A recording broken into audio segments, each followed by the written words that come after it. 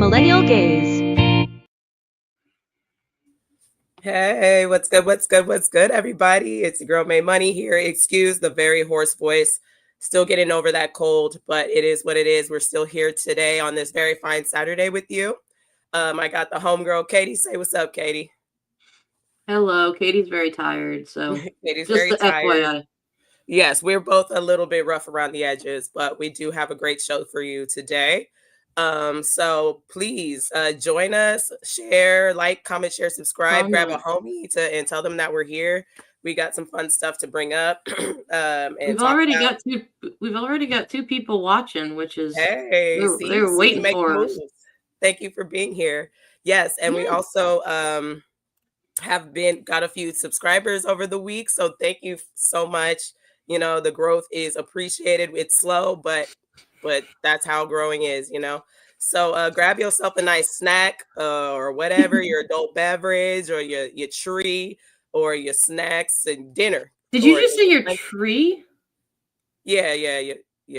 Oh. The jazz cabbage. Yeah. I was like, tree. Grab yourself whatever it is and wrap yourself up in a blanket and let's get into the show. We got a lot of fun things to talk about today. We got some meltdowns on the MAGA side. We got men that don't know how to act, and we got just a whole bunch of the government shutdown and a whole bunch of stuff to talk about. So let's just go ahead and get into it. You ready? I'm ready. Millennial Minutes. It's time. So this is just something that I saw. It says millennials are the most educated yet the least financially stable and worst paid generation in history, according to research. I've been seeing this a lot around. Have you seen this, Katie? Oh, yeah. I've seen this and some stuff kind of like just equivalent to it of millennials literally just being like, y'all fucked us over. Well, yeah. And the reason why we're the most educated, and you know that's a loose term, you know, because there are plenty of people with degrees that are stupid as shit, you know what I mean? But oh yeah, and I don't have a degree, even though I'm still like pretty much actively in college, not this semester, but I still go to community college till this day, even though I don't have a degree for my creative writing. But we grew up being like, oh, you're supposed to go to college and get your degree, and then you're going to go and, you know, get your job and your whatever you went to school for, and then you're going to get the house and but you have to go to college first. That's what we were raised. That was the formula that we were taught and pretty much indoctrinated into. And all of that led to like nowhere. So yeah, so we're the most financially unstable. The thing that I've learned about, like, something I never understood was, so for me, I went and did my undergrad and I completed it in 4 years, which is like a feat of its own because a lot of people don't, especially in music. There was a lot of people that I started with, and I think by the time I graduated, it was like maybe a third of my class that I started with was graduating even with me.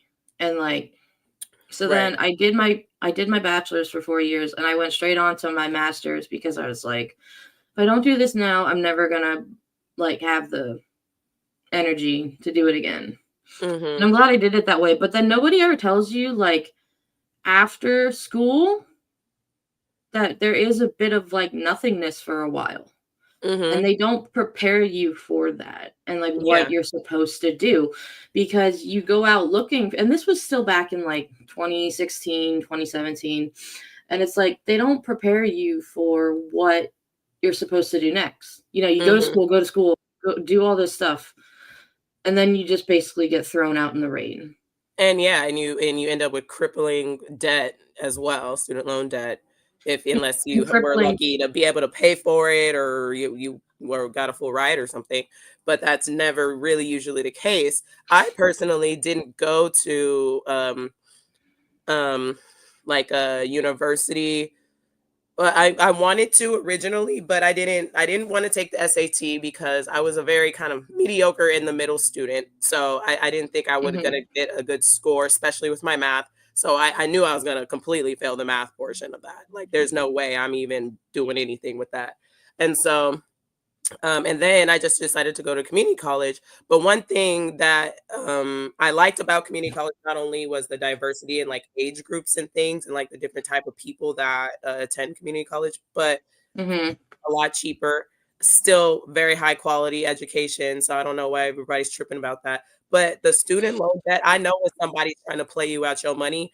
And I knew that that just never sat right with me, the way that people would talk about how crippling the debt that they were in after all of this. And I never wanted no part of that. And so yeah, so I'm glad I kind of avoided that. Well, I think the issue too is, you know, we were promised like, okay, so you take out this debt and then after you graduate, you're going to get a job and you can pay all that debt back. No problem. Yeah, that's not the case. Yeah, not at all. Mm-mm. So yeah, and there's another thing that goes into that. But let's read this little post and then I'll say a little. Can you read it? Because my voice is fucked up. Yep. So give me 1 second. Mm-hmm. Hey, Jazzy. Hi, Jazzy. We found our one viewer. It says, as a mother of a millennial, I agree. I and other parents like me insisted our kids go to college to secure their future. They took out loans on the assumption they'd graduate, get a good job for holding up their end of the bargain. That's literally what I just said. Many graduated during the worst financial collapse since the Great Depression, and there were little to no jobs for them. As they married and came of age, student debt dragged them down, making home ownership very unattainable, much less affordable. They deferred having children. They're facing aging boomer and Gen X parents who may need their help. They're stressed out, cynical. They assume Social Security won't be there for them, much less health care. If ever there was a generation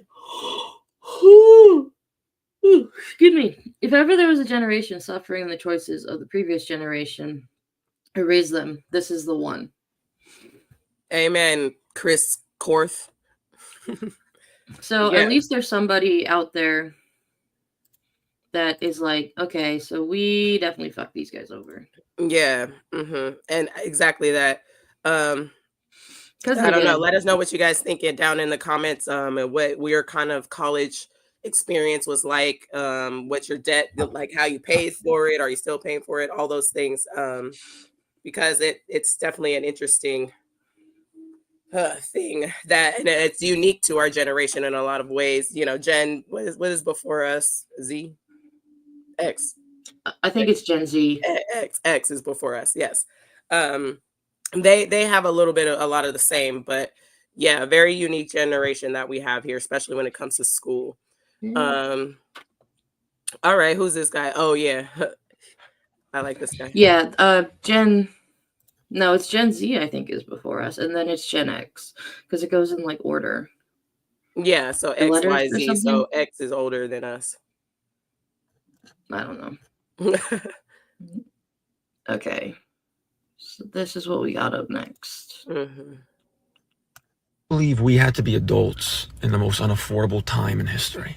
Like what luck is that? You know, every other generation got starter homes. We got starter packs for depression. Our parents were buying houses for the price of what we pay in rent now. Meanwhile, we're out here financing phones like they're real estate. Groceries, forget it. I walk into the store with $100 and leave with 2 bags of sadness and milk. You know, it just costs more than my car insurance. Avocados are basically an investment property. So, and don't even talk to me about rent. Rent is just a cover charge for existing. Like you're paying over $2,000 a month for the privilege of living in a box with suspicious plumbing. You know, utilities out of control, internet, forget it. You know, health insurance. This is an extortion racket. I mean, you can't even get sick.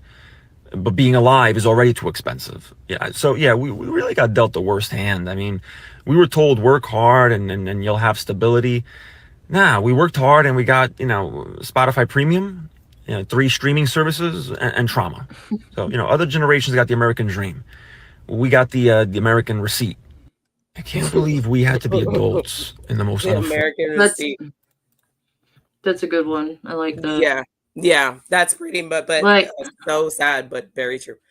Well, and you know what's sad too when you think about something I was thinking about as he was talking was like, we were told that like we work hard and then we can live our lives. But now look at like the generations after us. They don't even have to work. I feel like they don't even have to really work hard anymore. Mm-hmm. Like, I feel like now it can be like, cool, I can start this TikTok trend or like an Instagram page about something. Get paid way more money than Mm-hmm. we ever could. And like, what? We are just like the most forgotten fuck you generation. We Yeah, really seriously. are. One thing about that, you bring up a good point. It's a little bit of a double-edged sword, I would say, because yeah, they're making more money, more financially stable, I guess you could say, because they have the access to like the internet and being able to just make that quick cash. But there's something deeply also like doing a disservice to the generation that kind of grew up in that, and we're seeing it kind of cultivate itself like actively. Annabelle, if you don't put your butt up out my face, that is not the time for that, okay? There you go, boo boo. But it's cultivating itself, and I feel like I mean, if it was like used properly, but it's not, and like it's lazy work. You don't have to be educated in any form or fashion to like do this type of work. So yeah, go ahead and read that one. I was talking to my friend about how it's crazy in high school. They never taught you basic things that you would need in real life, like how to do taxes or the importance of a savings account. Exactly. Or Yeah, how to balance a budget. right. Or Or anything how about to economics at all, yeah, taxes.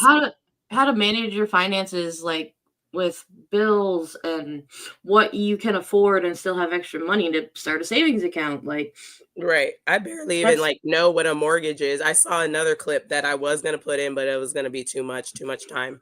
But the dude something was talking about, oh, I don't even know like what is a will? Like I won't even need a will. I got some Pokemon cards I could give, when I die and like a PlayStation. Yeah.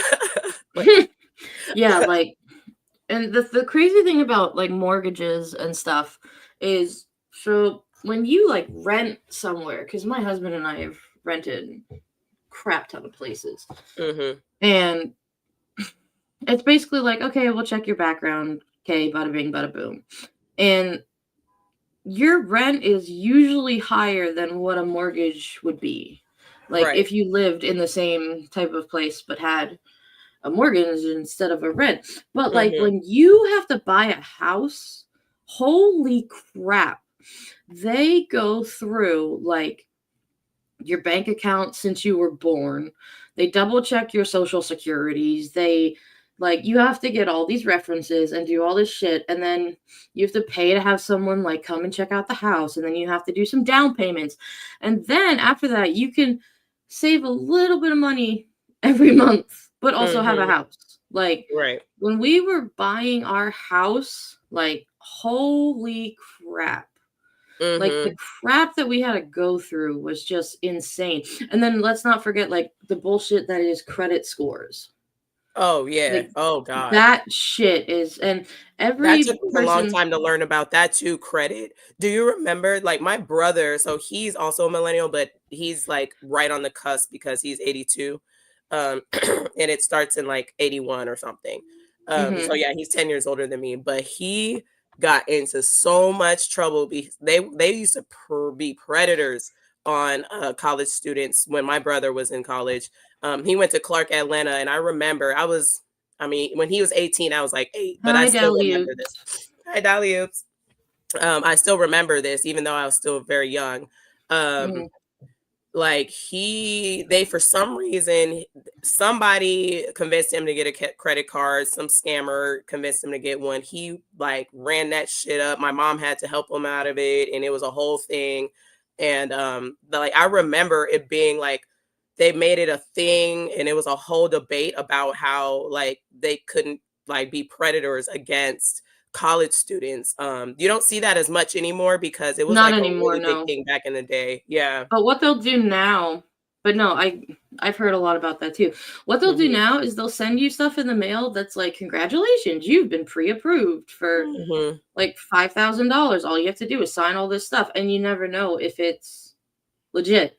Right. Yeah, It they could all look be. all weird, and yeah, it's really disgusting how shady this shit's got. But you know what? I have not seen quite as many and gotten as many like credit card, like those like little notes. I got one the other day, but I'll get one every few months now. But I think there's different ways. I think the scamming has changed since then as well. There's different ways that they're getting over people. Jazzy So brings up a really good point. So she's talking about how her score seems low, but it's because she's never had a credit card, even though she's paid her bills. And mhm. so when you don't have a credit card, it's like they're punishing you with bad credit for not having a credit card. Yeah, I'm the same way. I'm the same way. I had one credit card, and I paid it off, and then I just kind of like stopped using it. And Mm-hmm. yeah, but yeah, even when you don't have credit and you don't use it at all, you still get penalized for not having credit. It's so weird. Mm-hmm. It's like I don't Mm-hmm. even want to be a part of this. I don't want a credit card because like I don't make enough money to be like loan. I don't even like borrow money from people at all ever, really, if I can help it. Yeah. So Like I I'd don't rather know. make jewelry, like sell tarot, like give you a service of mine. I have plenty of things that I can do to like get the money that I need. I'd much rather like earn it than like, borrow money. Like there's ways that I I can. don't know if I don't know if I'd use cash. I don't like how dirty cash is. Oh, like actual Like cash. coins, like actual dirt. Oh Yeah. man, I used to be cash king when I was a bartender. Yeah, God rest my bartender days because I don't do that shit no more. Only occasionally. But yeah, cash was king in that realm. Ugh, I used to love having cash on hand. But anyway, what's our next one? Oh, this guy's sweet. Already reading this, I agree. Know that millennials are the most educated generation. And I believe it. That's why every time you're talking to one of us, our face look like this. Because we can't understand how you don't understand what the fuck is going on. The younger generation give up too fast. They don't want to grow up fast enough. They soft, sensitive. The older generation stuck on how things worked back in the 60s. They don't even want to get a full name and birthday out over the phone. This is a scam. Ma, that's Dr. Akbar. He needs your full name and birthday so he can set your appointment. This is exactly why millennials got the most anxiety. Y'all stress us out. We be tired. Carrying the weight of the world on our shoulders. Millennials are the generation that breaks the generational curse. We strong. We got open minds. We don't keep no closed minds to everything. We the ones got y'all into therapy. Y'all don't even want to go to therapy. Go get yourself fixed. Go get yourself checked out. Y'all ain't even know y'all insurance covered therapy till we got to go into therapy, getting ourselves checked out and fixed. We walk around with some decent mental health, but we make the least amount of money. Give millennials a little break sometime. We deserve a break. Next time you see a millennial, just give us a hug. We deserve it. Give us $20. Studies show that millennials are the most. I like that at the end. I And give us $20. yeah, for real. Get a little donation, just for good spirit. Right? I know. we Watch can, your fingers, bro. right? I would never cut anything like not eating, like not watching myself, but I also burn toast. So I'm really bad in the kitchen. Like I always laugh when you hear like these MAGA idiots be like, women belong in the kitchen and taking care of the home. You do not want me in your kitchen because I'll burn the house down. Like I me actually either. There really you go. don't like cooking, but Oh, me either. I hate it. but I am really good Sorry, at it. I'm slow sorry, at it, mom, if but you're watching I'm this. good at it. If I'm gonna cook, I'm gonna do it with someone else because I like cooking like with people. So if I'm gonna be with people, friends and stuff, music, and like that environment is fine. But I don't like cooking just every night for myself. Like no, I'll just eat some shit up or order some shit. You know what I mean? Or have leftovers. But yeah, watch your fingers, bro. I was a little worried about that. Okay, I'm not that illiterate that I know not to put water on a grease fire. Like, Yeah, but I mean some that's just like regular science class shit. or an electrical fire. Don't Now, put. if you do that, then you deserve what's coming. I remember when we moved into our house and we had closed on the house, but like there was a month between where we still had our apartment. Well, it was a townhouse. Mhm. And then, so I did a bunch of renovations on the house. And I was excited because they left a shop vac in the shed. So I go to plug it in, and that shit just started smoking immediately. I'm like, oh God. I had to like throw it out on the porch, and I'm like, crap, I don't have a fire extinguisher. So I had to like take a towel and like a dry towel and like pat it down. I'm like, I'm gonna light this house on fire before I We even have a move little in. mini fire extinguisher in here. I don't even know where my mom got it. She might have stole it from one of the schools that she work at or something. I don't know. She'd be doing that Oh, shit. I had ew. I had a friend that was microwaving raw bacon and eating I it. I had just to had yell at him. this conversation yesterday with my Ooh. ex-boyfriend, and apparently he said that it's actually not bad. I don't know. Anyway, Does but he also drink raw milk? no, he doesn't. But he also like will just cook it on the stove. I actually I saw a commercial that was advertising microwavable bacon yesterday while we were watching Sleepy Hollow. Well, that's different. That's probably like already preheated and then they cooled it off. Yeah, but I was like, Yeah, man, put the because shit on the damn stove and cook it like a regular person. And then it makes your house smell like bacon. You don't want I love that? that smell. I know, it's so good. Oh, All I right, love is that bacon. the end of our segment there? That's the end of that one. So let's move on to our next one. All Our right, next segment. let's just Ooh. be sure to like, comment, share, and subscribe, you guys. And I am so sorry about my voice. I am feeling a lot better, but I'm just kind of working through all the things. I'm trying to what is the word I'm trying to project my voice in like a way that doesn't sound too fucked up, but it is what it is, you know. Our next segment, just start at the beginning because we do see a little bit of a clip from Mike Johnson, and then just follow the timestamps. But like, comment, share, subscribe. Thank you for being here. Make sure you got your snacks and your drinks and your blankets or whatever it is you need to be comfortable, and share, and yeah, let's hang out. Let's get into it.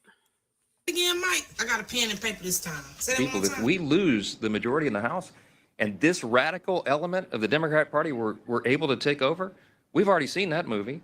They will try to end the Trump administration. He won't have 4 years, he'll have only 2, because they will move to impeach him probably on the first day of the new Congress in January 2027, and they will. I got all that written down. So We've done for the American people. Yes, we will. Because that man has done Go ahead enough and skip to the damage next to this one. country to justify being Right. shown. Right, like he's like, oh well, he'll impeach him, blah blah blah, and that's bad because I'm like, oh yeah, oh no, bet that for sure. Your ass is getting out of there as soon as fucking possible. If we can make this shit happen before, we make sure to do that too. But best believe that we coming for that ass as soon as everybody is inaugurated after these fucking midterms. If I don't know how we get into fucking a whole nother year around the sun, but we'll talk about that later. But let this gentleman go ahead and They want to do that. Mike Johnson just said something that should make you very excited because it's one of the most positive things I've ever heard come out of his mouth. He said, if Democrats perform in the midterms like they just did on election night this week, then Donald Trump's not going to have a 4-year term. He's going to have a 2. And that should get you absolutely ecstatic because the Democrats are going to come in and immediately start the impeachment process. And I don't want to hear, oh, that's junk politics. They're just doing that. That's performative. No, this man has broken the law 100 times over. He is literally actively defying judges' orders right now over the use of SNAP money. He's spitting in the face of the Constitution day in and day out. This man has probably done 100 impeachable offenses. So yeah, Mike Johnson, it would be absolutely wonderful for Donald Trump to only be a 2-year president because if and when the Democrats take back control of the House and control of the Senate this midterm cycle, they are going to put their foot on Donald Trump's neck and hopefully not take it off because we have got to end this man's presidency right now. It's not vengeful. It's not vindictive. It's not bad politics. It is absolutely what needs to be done because this man has been absolutely out of control. And it's time the Democrats, when they take control, finish the job. If the midterm. You can go ahead and yeah, that was the last one. Yeah. So what do you get? Thank you. Indeed. What do you think about that? Oh God, yeah. Like I just like the thing about this week with the the elections and stuff that happened.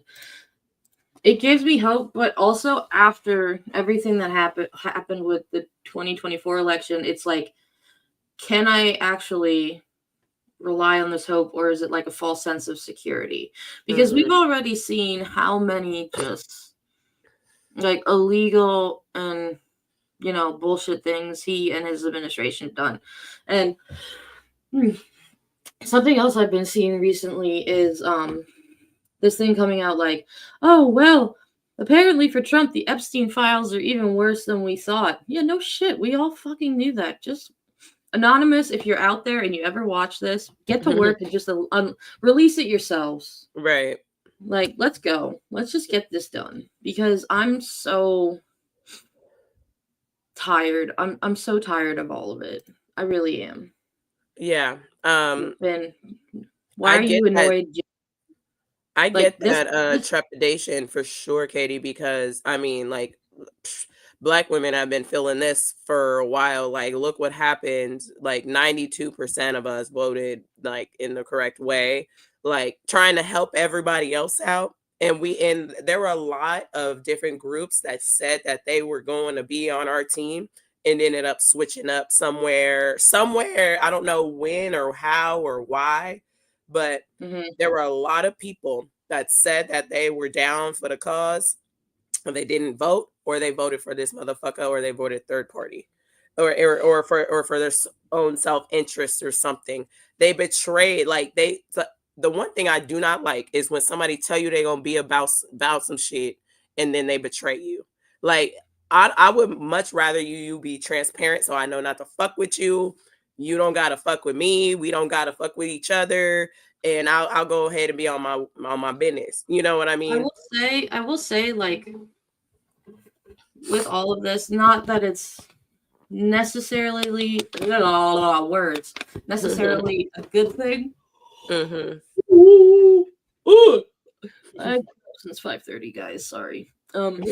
It's not necessarily a good thing, but this has shown us people's true colors. Yeah. And but again, and another thing that I think, the only difference I think is that this little special election does shine a little bit of, I wouldn't say hope, but I think it did turn the light and turn the needle into a new direction. Not only because people are like, okay, this is some fucked up shit. I'm not like, their minds have been changed for one reason or another choose one. You know what I mean? There's plenty to choose from, all of the above if you'd like. But so there are many options that you could be really upset by this. But another thing is, the other side is starting to show their ass as well, right? And so that's another reason to feel a little bit more like, okay, we're starting to turn the needle and shift the needle because of how they're reacting to just what had just happened.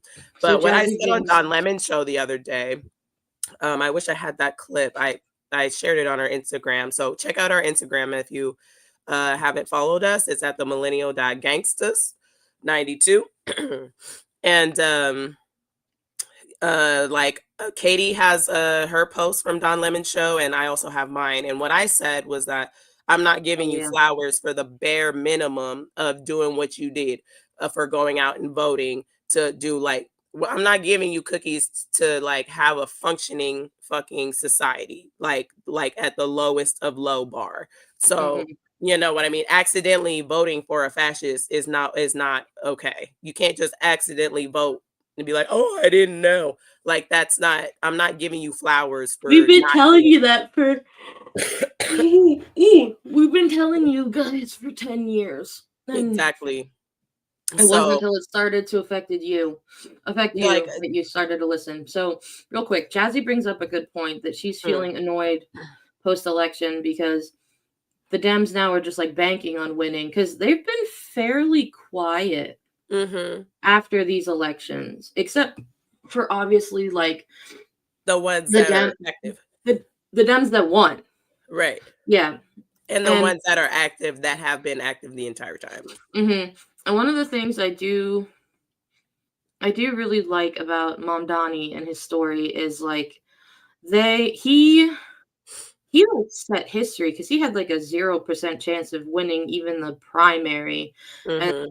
he just went out and like no corporation donations, huge volunteer base that he's apparently keeping on when he's in the office. Like, Yeah. he is about the people and about how to help the people, which as I'm saying it, it's like, wow, Well, because what a he is the great people, and country. that's the difference, right?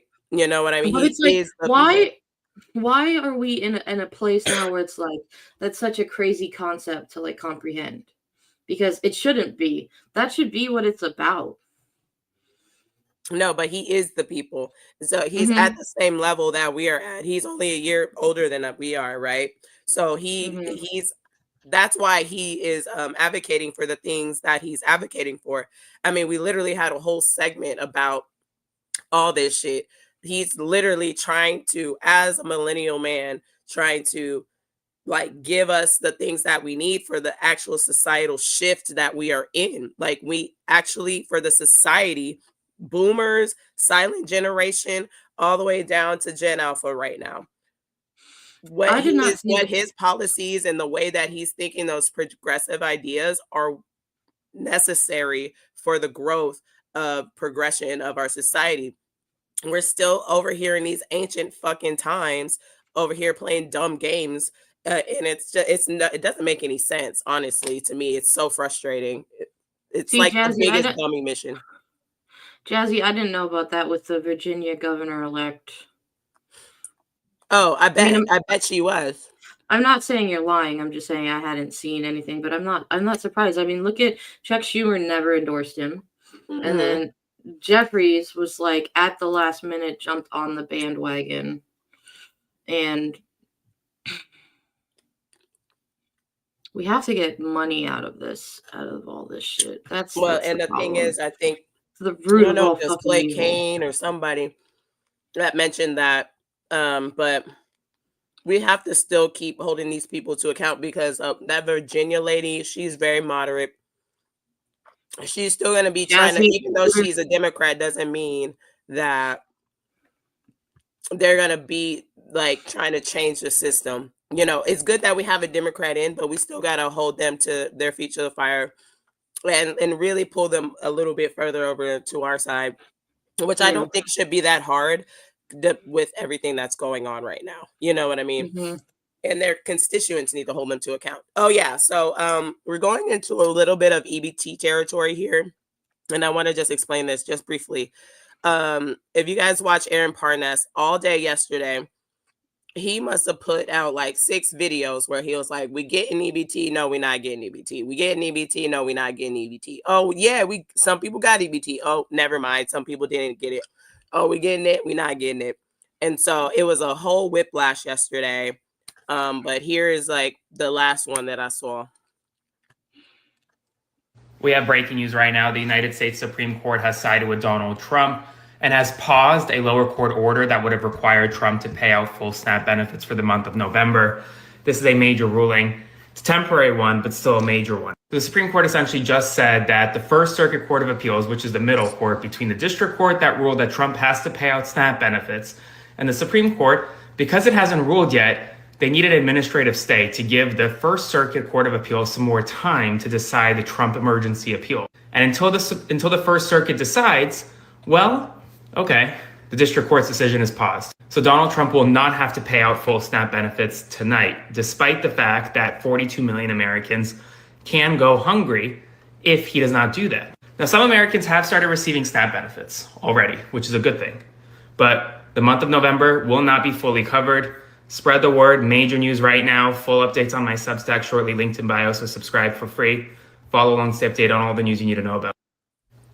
Now, something I've seen regarding this is the reason that it's not that, now I may be wrong, but I thought I've seen it on multiple channels, that the court is doing it this way because then once they get like the final says in this, he can't try to pull something like this again.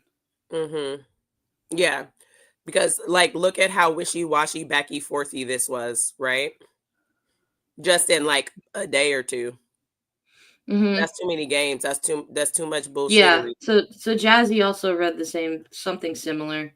Right. Exactly, Jazzy. So you can't drag it out and like leave people. The And I mean, decision's final. there's a lot of places that are stepping up. There's a bunch of restaurants and stuff around here that are giving out free food. Not even at this point, it's not even just people on Snap. Like they're like, if you're hungry, tell us and you get a free meal. Mm-hmm. Because Yeah, nobody which is should go hungry. that's how we should be doing it. Yeah, there's a lot of people really stepping up, Mhm. trying to do their best to just like be community based and help out in any way that they can. And I'm telling you guys right now, that's the only way that we're gonna get through. If we are gonna get through into November, we have to make sure that we are taking care of each other until then, because these people, we've backed them into a corner on Tuesday. We've got them screaming and squirming and feeling all uncomfortable, right? That Mhm. when Trump is going to get more dangerous, the more pressure we put on him. So if we really start fighting, we can't let up in any way, and we have to make sure that we're prepared for anything, because the more pressure they feel, the more dangerous they will get. And we have a whole nother year and some change to even get around to a point where we can actually get these motherfuckers the fuck out of here. Although something I've been hearing, and I don't want to give this woman any type of props whatsoever, but with people like Marjorie Taylor Greene actually stepping up, not that her intentions are good in any way, I've been hearing from a lot of different places that like Mike Johnson and Senator Thune are on their last legs. So like getting both of them out of like the speaker positions, that's a huge where's thing. Bethune from? I've just started hearing about him. Bethune? I don't know. Yeah, that's a new name that I just heard maybe like a few days ago. It's hard to keep up with these people. And the thing is, it's like some of them are so snaky, they just be laying low, doing all sorts of fucked up shit. And then you learn about them, and they've been about this shit for a while. I don't like that. Sorry, you guys. I'm gonna just like kind of like blow my nose. Katie, can you go ahead and run the next clip? Yep. He's from South Dakota, May. That makes sense. Thank you, Jazzy. All right, here's Francesca. We love her. Telling me the same day that the paid for and bought by billionaires Supreme Court allows this president to ignore a judge's ruling to pay emergency funds to SNAP recipients so they can get $40 in food benefits a month. The same day Elon Musk gets a $1 trillion salary promise. They want us to eat them. Okay, you guys? They want us to. All right? They're basically like a cartoon pig at a barbecue. They're just like, eat me, eat my ass, liquidate my assets. So you're telling me the same day that... Right? Oh my God. Like, she is 100% on. These people, Yeah, I'm like... There's no way that people now can... This is when we're at the point, and we've been at the point, there's no two sides of this. They either are literally throwing Hunger Games style parties and like celebrating the fact that people are starving, or people are fucking starving and dying. Between that, and then have you seen about, what is it, USAID, that since that's been cut, over 600,000 people have died. 2/3 of those people, children. Absolutely disgusting.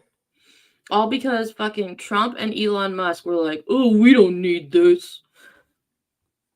Oh, by the way, Jazzy, Christy Nome, I think is from South Dakota, right? Yeah, she said that, yeah. She said, same state Christy Nome is from, they're really sending their best. Oh, yeah, for sure. No, they're right. Like, okay, I guess we could just eat you. Since we ain't gonna have no food, they gonna end up, and it's gonna be one of their cousins from the Midwest, because you never know what kind of shit they be on. It's gonna be them people in the little white people town that's gonna come and freaking see your ass up. Some of them look kind of plump too, like they got some meat on them, little fat, little seasoning on there. Like, what the fuck do these people expect for people to react. I don't understand. It's like they almost don't have like survival skills themselves because they feel so protected. But like These once people you don't start even. pushing millions and millions and millions and millions and millions of fucking people to the Ugh. point of desperation. Well, these people don't even buy their own groceries. Like, No, they remember don't. that whole, oh, it's such a fancy word. Shut the fuck up. Yeah, Jesse, the hills have eyes, people. Yes. Yeah, for real. Basically. And it's not even if. They are a fucking death cult. Between what they're doing with the food, what they're doing with healthcare, and then just what they're trying to do with medication and vaccines and, you know, and what was the other, something about IVF, I think they're trying to do. It's like they want all these, oh God, what was it? Oz was like, all of these Trump babies will be born. No, That was no. weird. They don't give a shit about babies once they're born. They're pro-birth. They're not pro-life. Like, it's such bullshit. And you don't offer anything to help take care of these babies or their mothers or their families in general. Yeah, the mother be dying half the time, like without the care. Like even if the child comes out, or the child will die maybe like immediately afterwards, can't get the care. Like these people are fucking sick, bro. Yes, I did see that, Jazzy. He made a live social post about trying to give people actual money instead of money for healthcare plans. Like, that's not how this shit works. It's just... It's that same face that dude made earlier in the that like what? Oh wait, here we go. I just know before this is over, I'm gonna need a whole lot of serious therapy. Look at my eye twitching. That's a good one. I forgot about that one. It's great. Oh God. And I'm sorry. Oh yeah, go okay, ahead. And like I'm sorry, but like, you know, we're educated women and we're smart. We know, you know, how to, but this shouldn't be something that like we have to discuss.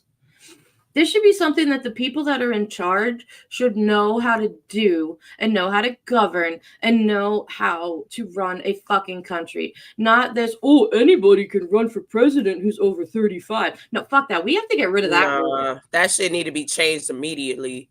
You know what I mean? That shit needs to really be changed because there needs to be some sort of qualification and shit.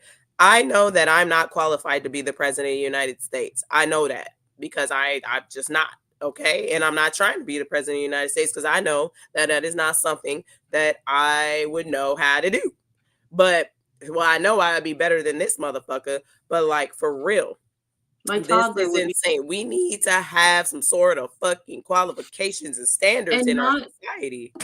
And not just with the presidency, the people he nominates for the fucking cabinets. They need to know what cabinet the fuck members, administration, senators, House members. I hope we're able to see all these fuckers rot in jail.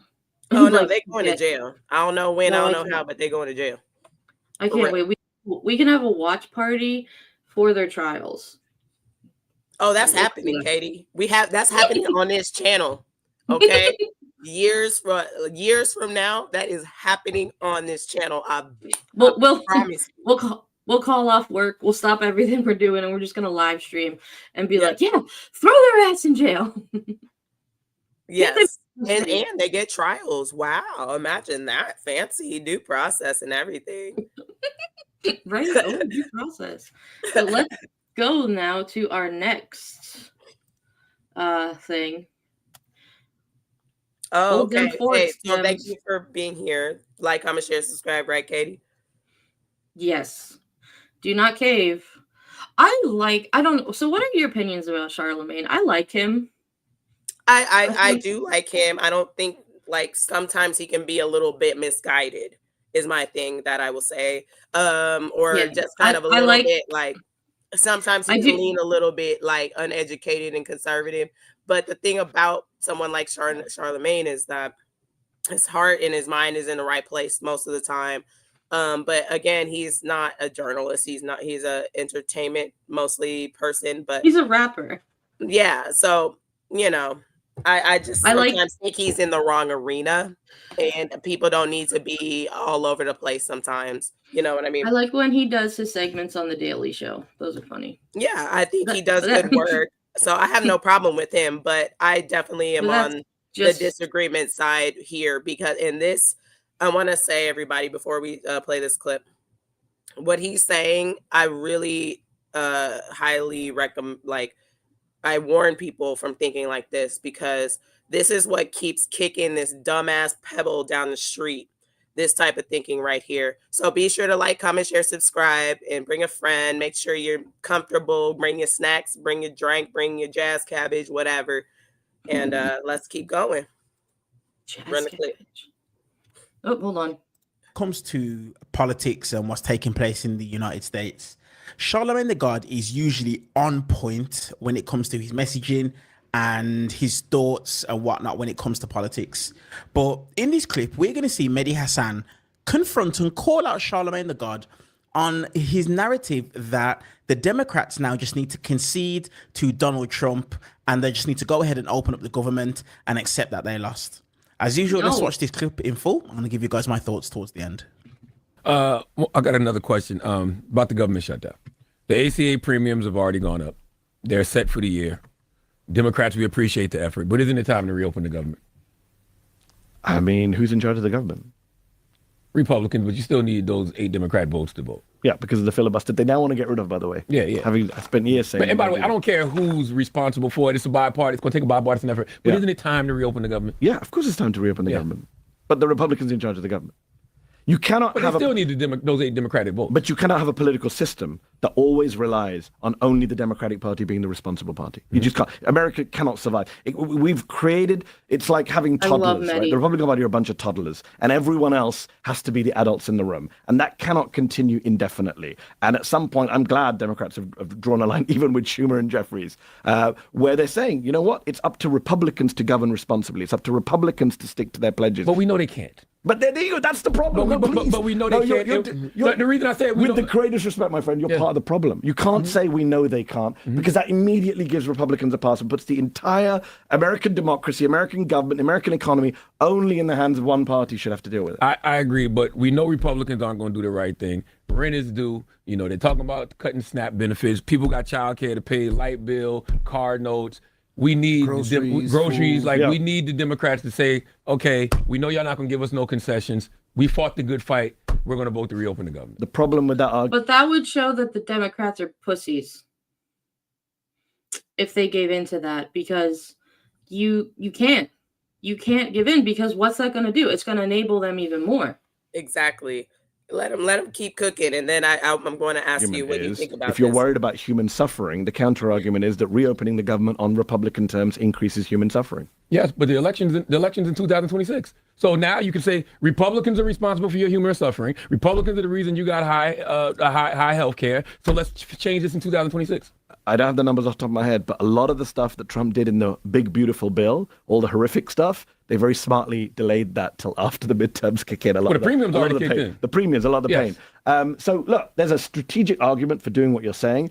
I don't believe, I've been around long enough to know that this always ends with the Republicans benefiting from Democrats rolling over, and I'm glad to see Democrats not rolling over. Now, I'm with you, but it's hard to see all this human suffering. I agree, but human suffering cuts both ways. These food banks are so, the lines of the food banks are so long. 100%. You know, we got government workers calling up here every day. But the fact but the fact that you and I are talking about Democrats and not Donald Trump starving Americans and saying, he said at the weekend, he goes, I will not, a court, let's just be very clear. A court has said he must release the funds to pay for SNAP. And he said, I'm not going to do it. That's crazy. That should be the conversation. It's not should Democrats open the government, it's should Donald Trump follow the law. No, I'm just saying the government should be reopened. We just know it takes a bipartisan effort to do it. Yes, Republicans are the main issue here, but we can't act like 8 Democrats need to vote. It'll be interesting to see if they get rid. He's now pushing for the filibuster nuking. It'll be interesting to see if they get rid of that filibuster, because, of course, in the long run, that will help Democrats. They had a good night last night.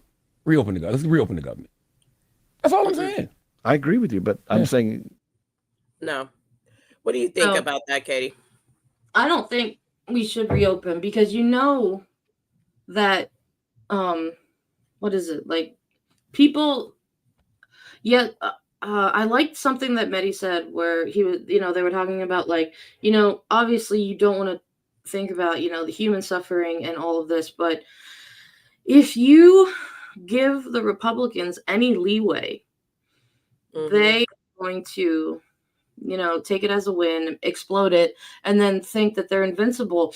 And what they've been doing for the past almost year is not okay. And if it means that we have to keep the government closed a little longer, so be it. But like, so when I hear people like Charlemagne talk, who I'm sure has money, help people with your money. Right. People who are millionaires, billionaires. I mean, I'm seeing a lot of like actors and like different TV shows and stuff. Like Jimmy Kimmel has a food bank that they have that is like massive. I think Stephen Colbert has one.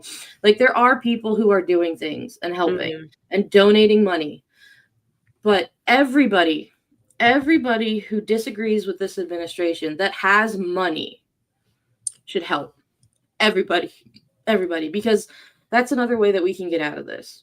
Yeah, no, actually, you're right. But one thing I want to emphasize as well, Katie, is that, okay, so do you want to suffer now or suffer harder later? Exactly. Like, because that's suffering is going to be inevitable. Right now, we still have a little bit of power to control our suffering. Because if we concede, we will lose all our power. Exactly. So don't be a dum-dum. This is I'm not like a war professional, but if I were some sort of like in some sort of tactical thinking strategically in some sort of war, I have to choose what I'm going to say. You have to sacrifice some shit before it gets worse. And then you can't even, there's nothing you can do beyond that. You know what I mean? Like, so by the time it's 2026 and all this shit passes, if we open, yeah, that might alleviate some suffering now, but it's going to be 10 times worse. And then you won't be able to get the fuck out of it. Yeah. And then we're going to have to survive until 2028. And that is not a fucking option. 2028 is not what our goal is. We need to be, 2026 is where we need to get to end this. And so, Charlemagne, why don't you just go ahead and donate to food banks or, do something like that to get us through the government shutdown until whatever happens, until they decide to like open it up or whatever. But do not reopen this shit, because basically what's going to happen is that we're just going to keep pushing the pebble down the road, and we're not going to have any more control, and we're going to be completely fucked by then. And so the fact that he isn't quite grasping that, he seems like if he feels like my mom is like doing something hella noisy in the backyard, but I don't hear it. But okay, good. It's distracting me. I'm sorry, guys. But he seems like his heart's in the right place, but he's not thinking about this strategically and in a long run that work. But he'll be okay. But we can't sacrifice that. You know what I mean? Charlemagne the God can go ahead and be like, yeah, I don't like to see people suffering. But yeah, you don't like to see people suffering because you aren't suffering. People that are suffering don't like to suffer and also don't like to see people suffer. So, we're the ones on the front lines, not you. So for you to tell us what the fuck to do, no, get that shit out of here unless you're going to help. You know what I mean? Jazzy brings up my window. I'm going to turn my camera off real quick. Jazzy brings up another good point, that Trump is hosting parties during this, and their side already looks bad. Yes, it's like Great Gatsby style, Hunger Games style. Like, we all saw how those books end. It doesn't end well for the people in power. It might take a bit, but it's not going to end well. It's obvious y'all aren't very educated, because y'all think that you're going to just fucking live forever and be okay. Good thing they never read it, right? Yeah, right.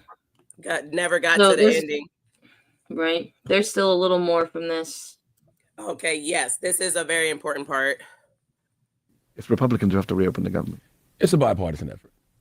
I mean, they control the House, the Senate, the Supreme Court, the White House. It's still a bipartisan 8 Democrats, effort. the people of Labor. I'm not even saying Democrats are the problem. I'm just saying it is a bipartisan effort. Yeah. Like, I'm saying give people their money. And I'm saying there's a cost to doing it. I'm saying there's a cost to doing that. And where it's kind of disingenuous is if by some chance Republicans do make concessions, aren't you going to give the Democrats credit? In what? If the Democrats make concessions on healthcare, if the Democrats or Republicans, I mean, if Republicans make concessions on healthcare, yes, aren't you going to give the Democrats credit? I mean, yes. So you got to give them the same credit now with the government being shut down. Yes, that they have a role to play. Yes. But it's about. But the problem is, whose responsibility is it? That's the point. I don't think. Again, it goes back to my thing. I can't treat Republicans like children and toddlers. I don't think American democracy can survive if we only have a two-party system and one of the two parties is completely we just don't take seriously. They can do whatever the hell they want. They can break any law, ignore any judge, shut down any government program, end USAID. Like and again, the costs of reopening the government, the costs of conceding on the Medicaid cuts and all of that stuff. Your point is, well, next year they can point in the midterms. But what about the suffering on that front till the midterms? What about the people who are going to lose healthcare between now and the midterms? I agree with that, but man, that's one high bill to pay as opposed to not being able to pay your rent, not being able to pay your car note, not being able to pay your child care. Even if you have healthcare now, you still can't pay that because you're not making any money. I agree. It's a horrific situation. It's why I wish people had not re-elected Donald Trump. Yeah. But we are where we are. We got Donald Trump for another 3 years minimum, maybe longer, as you and I fear. And Democrats have to be the adults in the room. Because no. They just have to, Maddie. I know we don't. No, they don't. No more of that. Stop fucking treating these people like they're fucking children. Because first of all, they're not. A lot of them are fucking ancient, okay? I'm so sick and fucking tired of making excuses for these fucking people. I'm not doing it no more. So fuck off, Charlemagne. Take your money and shut the fuck up, okay? Because you are going to, with that mindset, is dangerous. And you are going to fuck us up telling people that shit. So shut the fuck up, Charlemagne. Yes, I told you to. Hey, bro, I ain't got nothing against you because you seem like you're in the right place, but not this time. And this is dangerous rhetoric. And I hope you apologize and switch your point of mind. I hope people talk to you enough to tell you that that is not right. And the dangerous thing is Charlemagne is talking like we still have a fair government and a government that follows the law and a government that cares about the people. And because these MAGA asshats and the Democrats are not even in the same universe when it comes to the people of this country. Mm-hmm. And we have to stop thinking that MAGA is doing anything to help us. Because they're not. It's everything to help themselves and their pockets.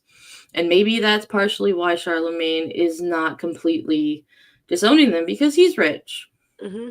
He can't see it. I don't know why he can't. I'm not sure if he was like born into wealth or what. I don't know his life like that, and I don't really care. But the thing is like keep pushing this shit down the road. Like, there's been no accountability. There's been like, this is some dangerous territory that we're walking in. And if you don't have anything to help, then like when somebody like Mehdi Hassan is telling you that you're fucking wrong, maybe just listen.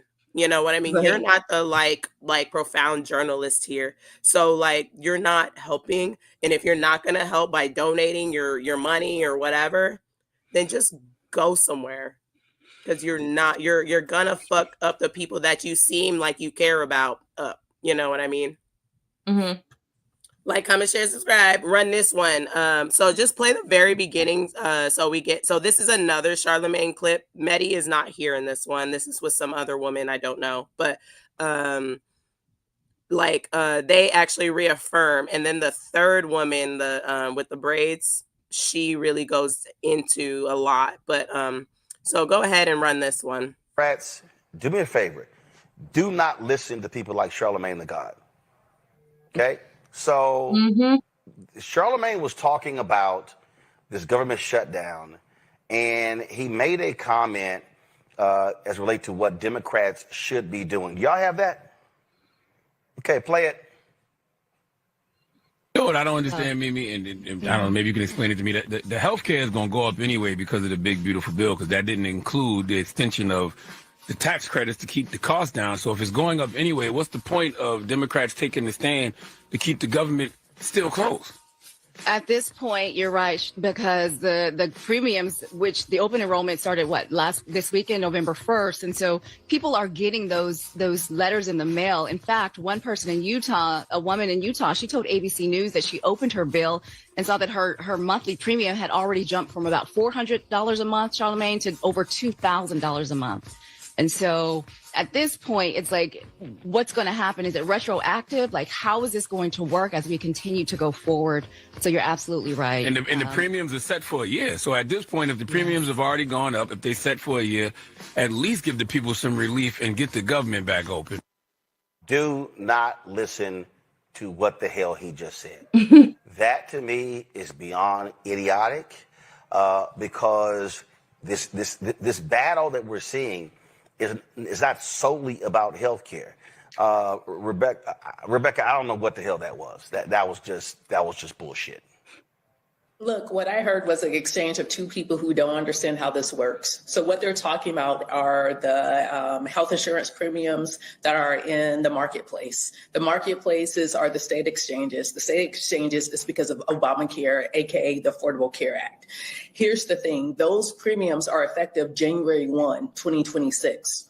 You get about 60 days notice in most states. Some states put out their new expected premiums back in October, some kind of at the end of September. But this is giving notice of, hey, if you continue at the level of health insurance plan that you have, this is what you're going to start to pay effective January 1.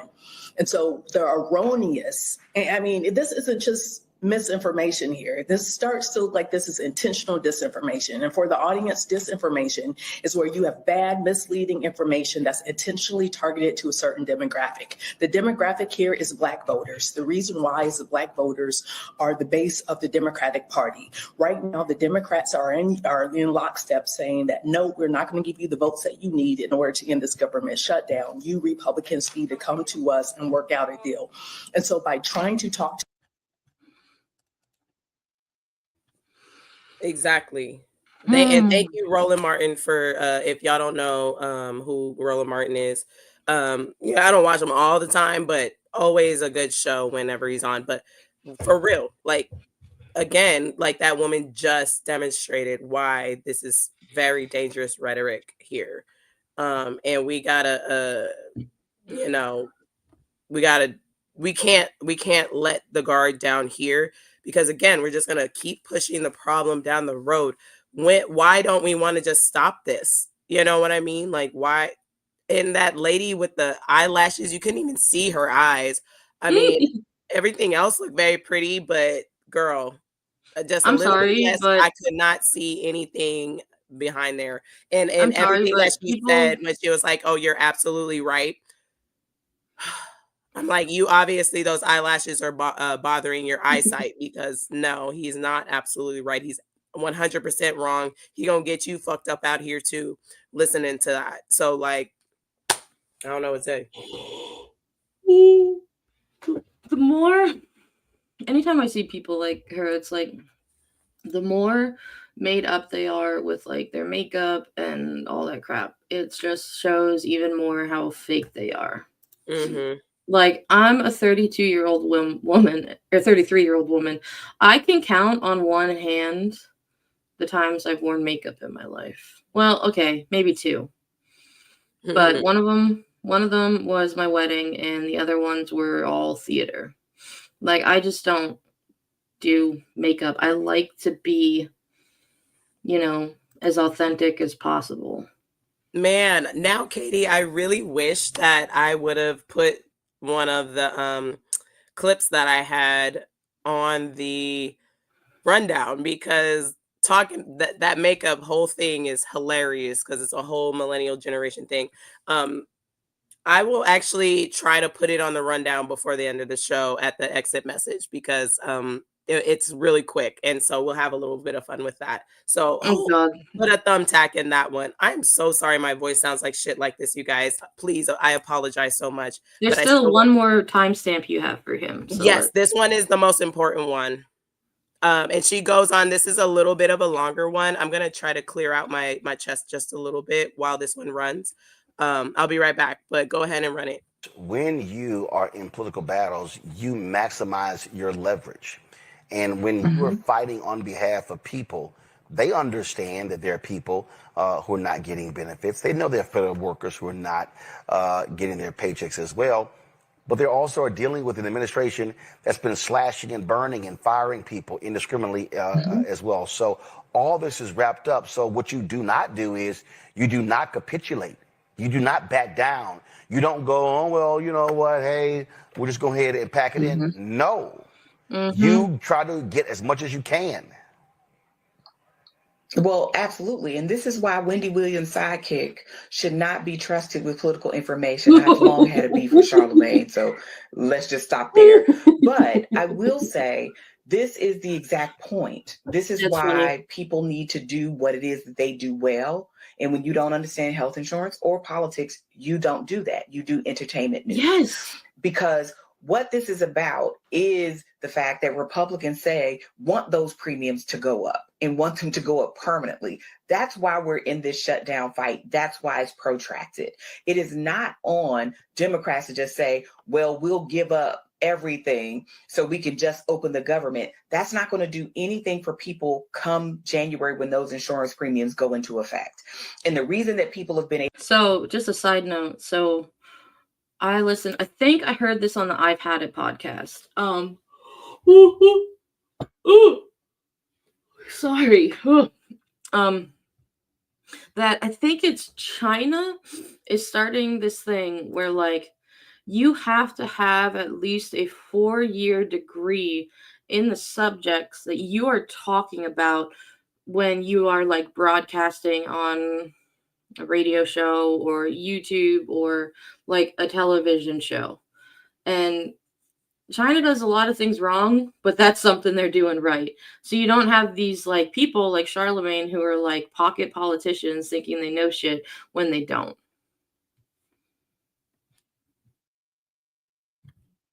I agree.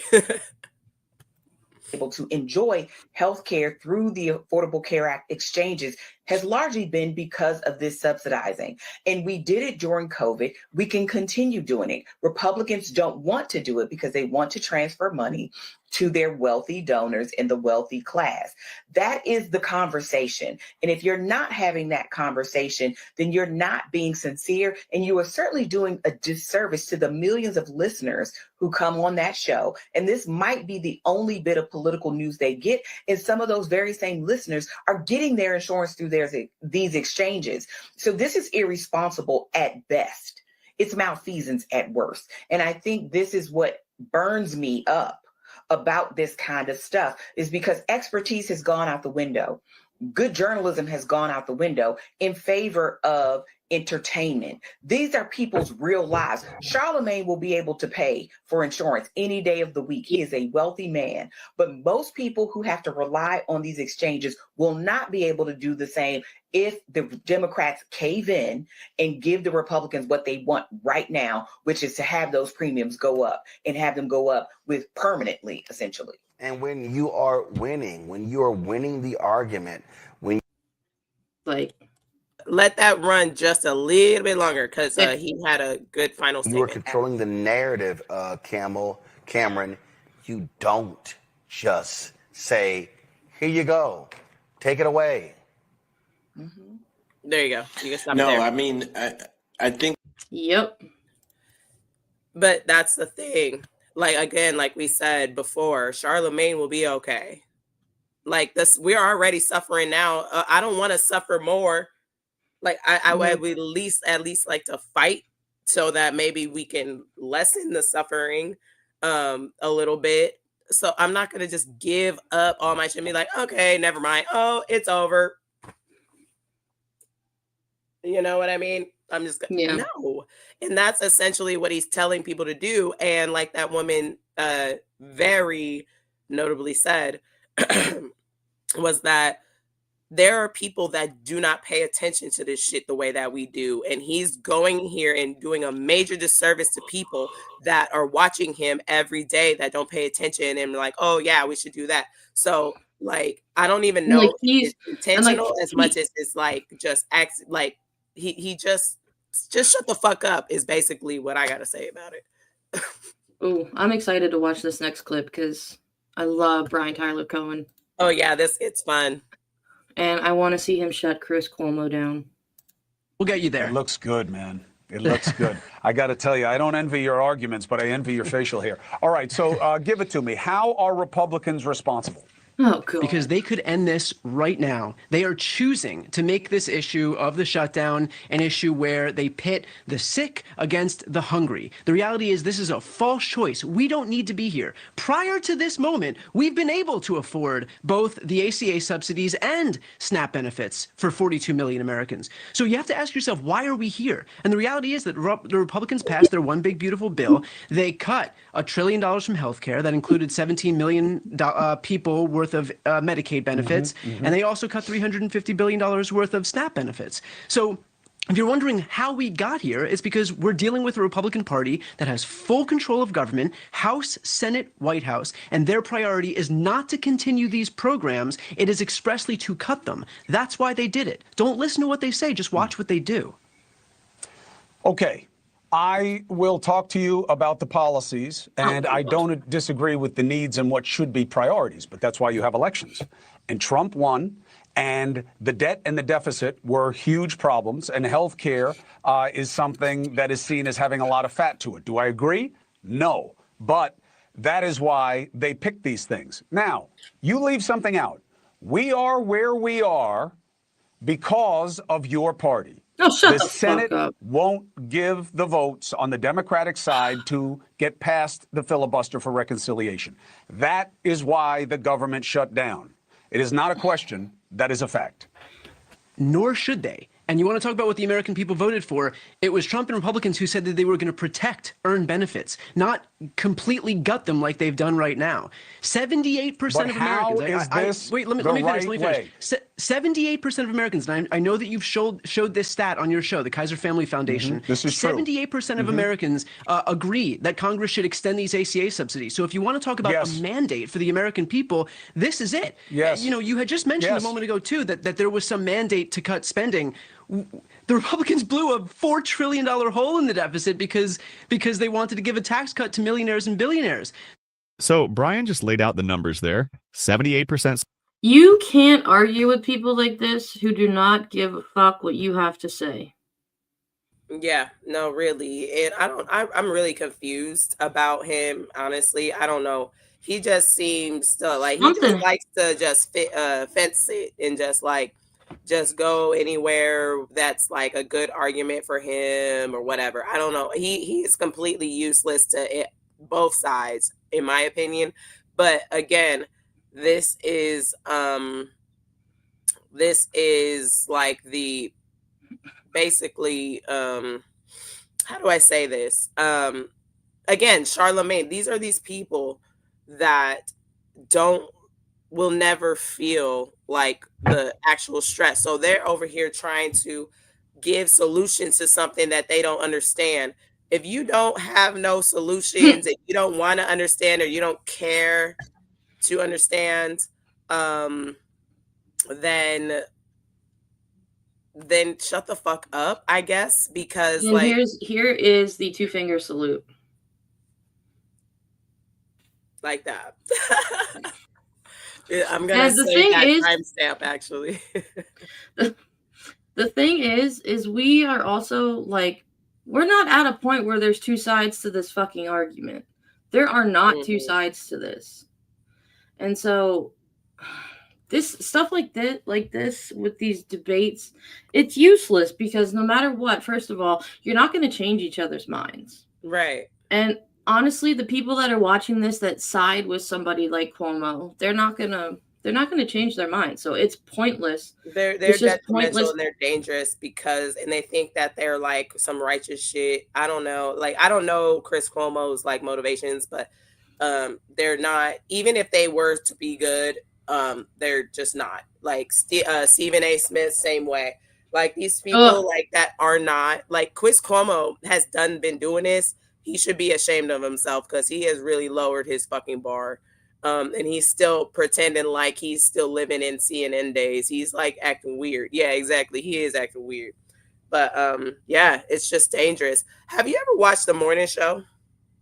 I love that show.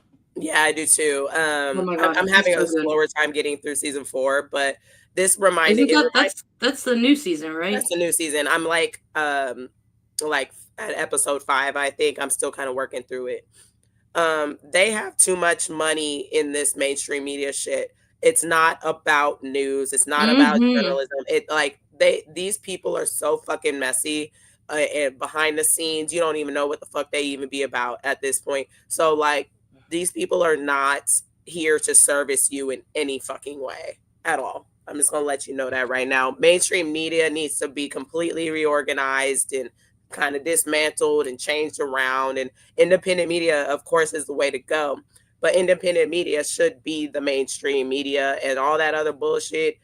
Honestly, like people like Fox News, they need to be held accountable for treason as well. Oh my God, now my mom's vacuuming. Speaking of Fox News. Oh yes. Oh, this weird shit. Spreading the news. I'm leaving today. Goodbye. No longer wanna be a part of it. High tax New York. These commie Mamdani blues are longing to leave. Didn't they sing right like, to the very heart of it. Bye bye, New York. All right, that's enough. Yeah, thank you. What the fuck, bro? The Patriot Awards. It's like, do you really know what you're saying? And like, this is a load of barnacles. Bruh, I don't even know what to say. When I saw that, I was like, ugh. Frank Sinatra and his estate should sue. They are freaking spiraling, dude.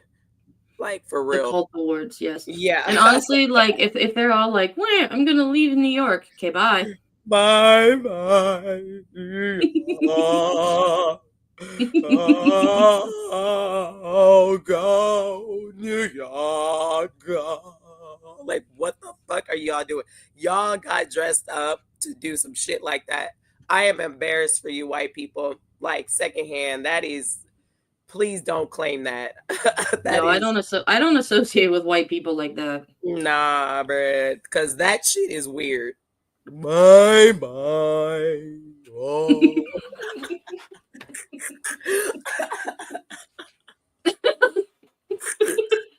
And the fact that they're fucking tone deaf too when they're singing it. Bye bye. New York, the commies. Like, what the fuck is this shit? Sounded Sean like Hannity of all people. when they panned out to the crowd, all I thought was white, white, white, white, white, white, white, white, white. Da-da-da-da-da-da. White. That was some weird shit. Oh man. All right. So this is the homie Political Punk, and he breaks this last little segment, part of this segment down in a really great way. So like, comment, share, subscribe. The homie Tommy, he's the shit. And he pointed out something very important here about the meltdown of MAGA. So I hope you guys enjoy this one here. In a very specific language that nobody but Mamdani was really using. Okay? Now, the day after his victory, the biggest right-wing politicians out there and some of their wannabes like Vivek are now adopting the language of Mamdani. We got our asses handed to us in New Jersey, Virginia, and New York City. Democrats swept all three. There's two key lessons for Republicans. Listen carefully. Number one, our side needs to focus on affordability. Oh. Make the American... Yeah, that's interesting. Where'd you come up with that? He's like, we got our asses handed to us, and now what we need to do is we need to do what the commie guy in New York City's been saying for the last year. That's what Republicans need to do. We need to focus on what the communists said was the thing we need to focus on. Ah, dude! Oh, okay. Tell us again, boss. Hold on. I want to hear this one more time. We got our asses handed to us. Oh, thank you. New Jersey, Virginia, and New York City. Democrats swept all three. There's two key lessons for Republicans. Okay. Listen carefully. Number one, our side needs to focus on affordability. All right, number one, our side needs to do what the communist guy has been saying for the last year. Make the American dream affordable. Bring down costs. All right, thank you. Thank you, Mom Donnie. Electric costs, grocery costs, healthcare costs, and housing costs, and lay out how we're going to do it. Yeah. Oh, that'd be great. It's the laying out how you're going to do it that seems to be the part that flummoxes you guys, though, Vivek. Right? So for a year, they've been saying this guy's a communist. This guy's a communist. He's going to destroy New York City. And yet, they're also using his language the day after he wins. That's like a cognitive dissonance. In a weird way, they're telegraphing to their voters that Mamdani's not a communist. Because certainly if he was a communist who was going to destroy the country, they wouldn't be using his language. Right? Yep. You had till 3. Exactly. You had till He 3 hit the nail on the fucking head, right? So now they want to adopt this language that they've actively been against. Literally in that weird ass fucking song or whatever the fuck that was that they were singing. There was like commie this, commie that, Sharia law this, or whatever. But they still want to adopt the language of. So which one is it? These people are so fucking. I don't want to use the R word, but that's really kind of where it's going. Like, that's how extremely fucking stupid these people are. Like, that's a whole nother level and spectrum of fucking stupidity. And like, so now you want to have affordable this, and that. What? I thought you didn't like that. Like, I'm so confused. Somebody help me. Because I love how they keep confusing like communism and socialism all the time. And it's like, bro, tell me you haven't read a history book without telling me. No, before this is over, I'm gonna need a whole lot of serious therapy. Look at my eye twitching.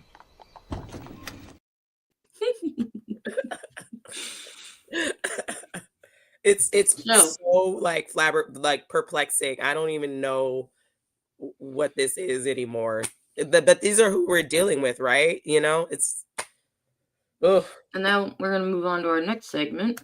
All right. So be sure to like, comment, share, subscribe. I hope you guys found that as kind of enlightening as I did, because not only are we fighting against these fucking crazy ass motherfuckers, like we're also trying to galvanize our own people that don't seem to understand and are still on the same dumbass playbook that didn't work. And I don't understand why people are, it's like the definition of insanity. Stop doing the same dumb shit over and over and over and over fuck again, because we are running out of time to make mistakes anymore. We cannot make mistakes any the fuck more. Period. Mm-hmm. All right. Oh boy. Let's go. Patriarchal religions, the ones that subjugate women, literally every single one of them, those systems were set up so that losers could get a wife. It's so dudes with subpar genetics that would never get to breed. And because we're all stuck in capitalism captivity and are suffering from zoochosis, the women have now stopped breeding. The same thing happens to animals that are held in captivity. If conditions aren't right, they don't breed. Patriarchal religions and these systems of oppression have allowed men who would never have gotten a mate to get mates. Women are now correcting that error, which is why they're trying to take our rights away and force us back into submission. If women were naturally submissive, they wouldn't need systems of oppression and constant violence to uphold it. The world is waking up, and you guys aren't going to force us back into cages. We would literally rather die. Oh, but what about the birth rates? You guys overturned Roe v. Wade and now you're crying that the birth rates have plummeted? Women are done dying for you. Patriarchal religions, the ones that subjugate women, literally every... Ooh, so much just, I like that. I like that a lot. And it's so true. Like, I just don't, there's so much about that was true. First of all, like, the religious thing about it's just subpar men getting mates. It's basically what it is. Because if you see any type of like extreme religion household, that woman is as submissive as hell. And that man, no matter how much of a fucking loser he is, acts like the dominant of her. And it's disgusting. And I know I talk about my partner a lot on the show, and like my husband is 100% my equal in life, and I swear to God, he says a lot of the times that women are fucking superheroes compared to men, because we are. Let's be real. And what you need in life is a partner who treats you equally, or also worships the ground you walk on, basically. Like, I'm so sick of this thing of like women have to stick to these certain things, and like men have to do these certain things. Like, hell no. This is not the 1950s, and like we are not going back. I want my daughter to see that like I am a strong, capable woman, and that the fact that I don't cook or do laundry as much as my husband does doesn't make me any less of a woman or a role model. She already does see that. Don't even worry about it. But just keep it up. She was so happy to see me when I came home today. She was like jumping up and down, going, "Mama!" I was like, It always just a little tidbit. It always warms my heart, especially when like I go pick her up from preschool and stuff, and she just runs right into me, and I can feel her like just clench onto me, like yes, my person is here. Life is okay. You know, I don't have children, but I do have 4 nieces and nephews. I just fixed one of my niece's goggles today because she keep taking them off wrong. And I'm a competitive swimmer. I used to be anyway. And I had my goggle kit. I had the nose straps. I had the bands and everything. I hooked her up with a whole new set. But I told her, this shit ain't cheap. And also, we boycott Amazon, so you need to take care of these ones. You know, I can't just re-up easily anymore. But like even before I had my daughter, like I've always been one of those people, especially in my family, that like I have a goddaughter. She's 16 now. Good God. And like she has looked up to me from such a young age, and I'm so proud of her that she's such a smart, funny, kind individual. Like I'm so proud of her, and I hope that my daughter follows in that footsteps. Oh, she will. No doubt. All right. What's next? Oh yeah, we're back with Tommy, right? That's his name? Yeah, he was cooking this night. He was cooking. That worked out. They got body slammed across the board. Dude, young men voted for Mamdani, yes. And did you see the women? Oh my God, did you see the women? Dude, look at the women, bro. Look at this shit. Young women, 81%. Dude, you know how they like to talk about 80-20? Look at that shit. Cheryl Spanberger, 80%. And you know what that's about, guys? You know what it's about? It's about abortion. It's about culture. Okay? It's about seeing what ICE is doing to the immigrants and young women, being like, what's going to prevent them from doing that to us next? Right? Like seeing how abusing people's rights is just being celebrated now. And they're trying to groom all these young dudes into Christian dudes with the women don't get any degrees, while simultaneously Erica Kirk's out there with 2 doctorates, right? And they're like, fuck that, bro. And then what is the guy's response? Look at this shit, dude. The response has been like, repeal the 19th, bro. And there have been a lot of people. This was literally trending. There are a bunch of men. Tell me you feel emasculated without telling me you feel emasculated. Like, and he brought up a really good point about Erica Kirk, because I forget who it is. I think it's like Ben Shapiro's wife or something. Like, it's the same thing. Like, I think she is literally a doctor. And like these MAGA pundits, especially that are men, like they're the ones that are way less educated than their wives, but yet they're the ones saying like women need to go get an MRS degree and all this stuff. It's like, shut the fuck up. Disgusting.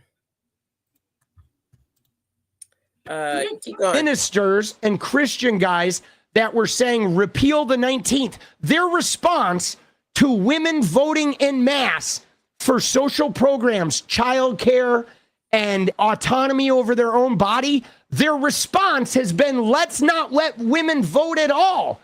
And like, bro, that's fucked up. So you're telling them that you want them to have no rights.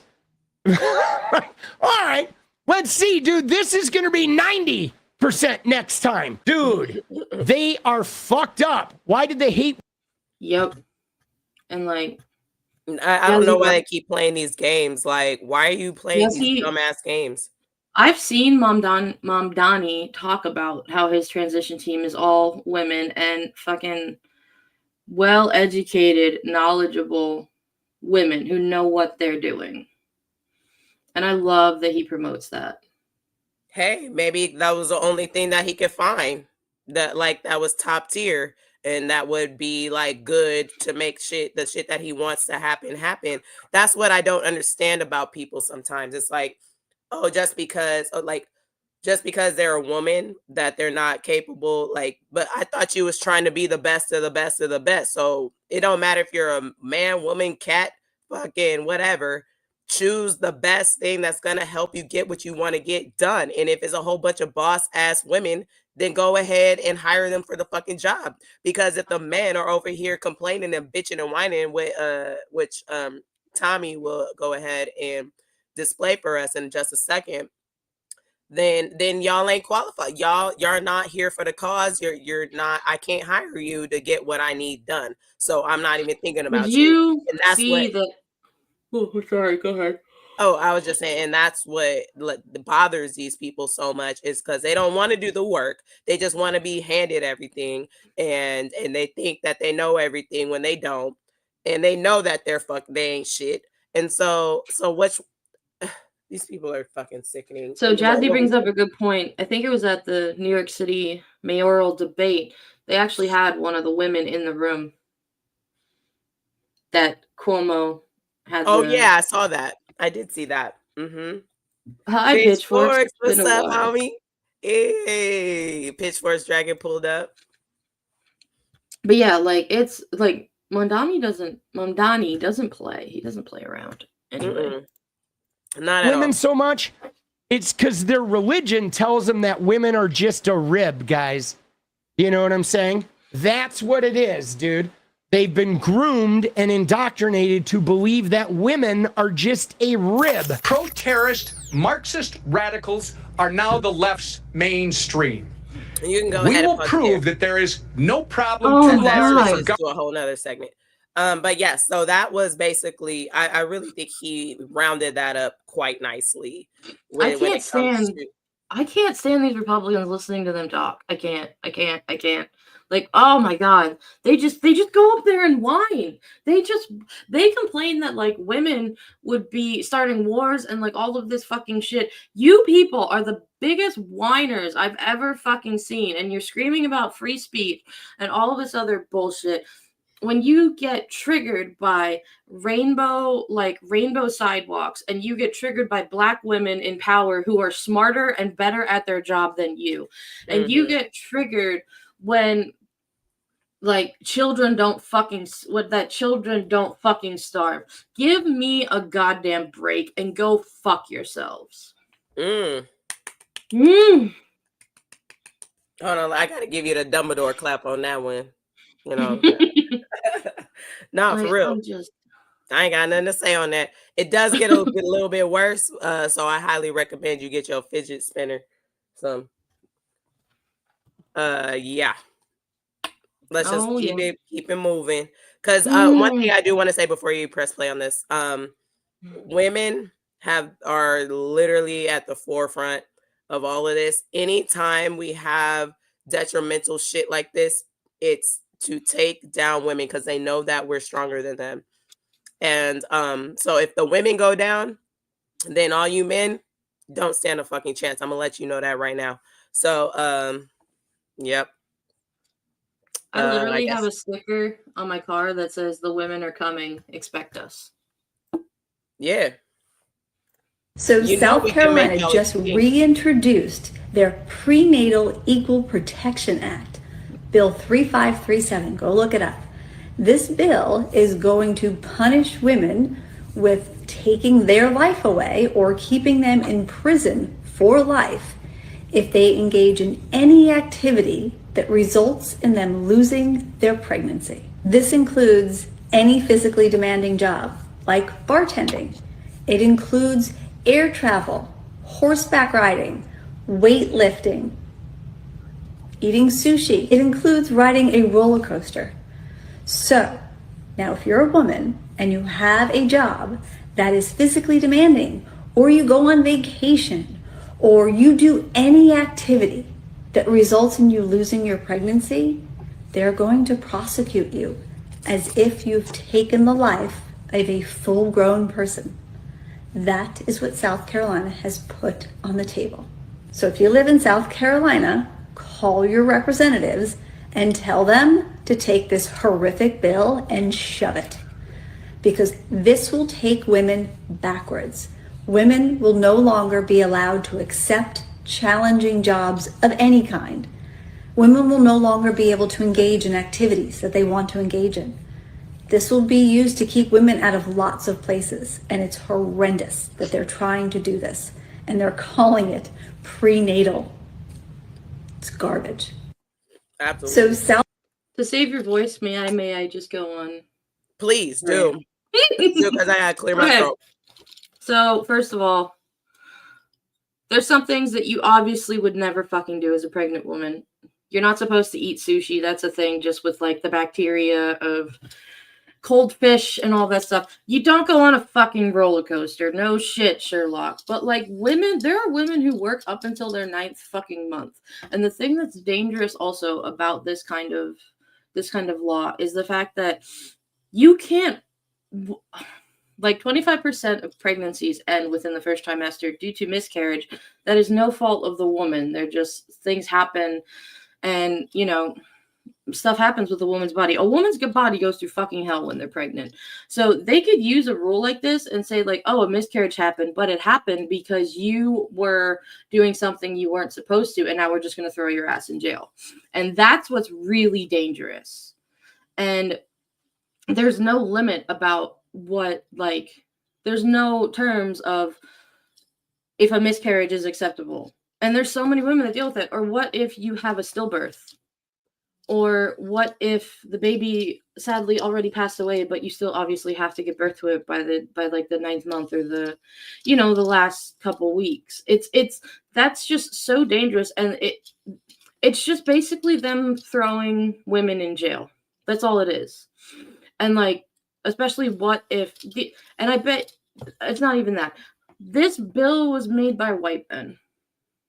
It was not made by women. It was not made by anybody with any type of medical degree. It was made by people who have teeny tiny weenies and just want control. That's it. Fuck these people. For real, 100. One thing that I did see, again, I was going to put this on the doc, but I just, in sake of time, I didn't, and I didn't even send it to ourselves. But there was this man that was saying that the reason that women have miscarriages is because the sperm of the man wasn't healthy. And that there's this whole thing about if you're planning to have children, the man has to be like taking care of his health to make sure that his sperm is healthy, because the egg will reject it or whatever, or like it's just not healthy enough to do whatever. It's a whole thing. No, that is the thing, because when it comes to childbearing, it's not just the woman. I mean, the man has to have at least healthy sperm. And it's a whole thing. There's an episode of Friends where Monica and Chandler are trying to have a baby. And it's like, it's not just one thing. Like, they both had issues. Mm-hmm. So men do have to take care of themselves, but nowhere near the amount that women do. Right. And then also, like what you mentioned earlier, Katie, is like, what are the parameters of what you can and cannot do? Just because, like, oh, you go on a roller coaster or whatever, they can just go ahead and say, oh, you're doing something to harm the baby. And it could be whatever.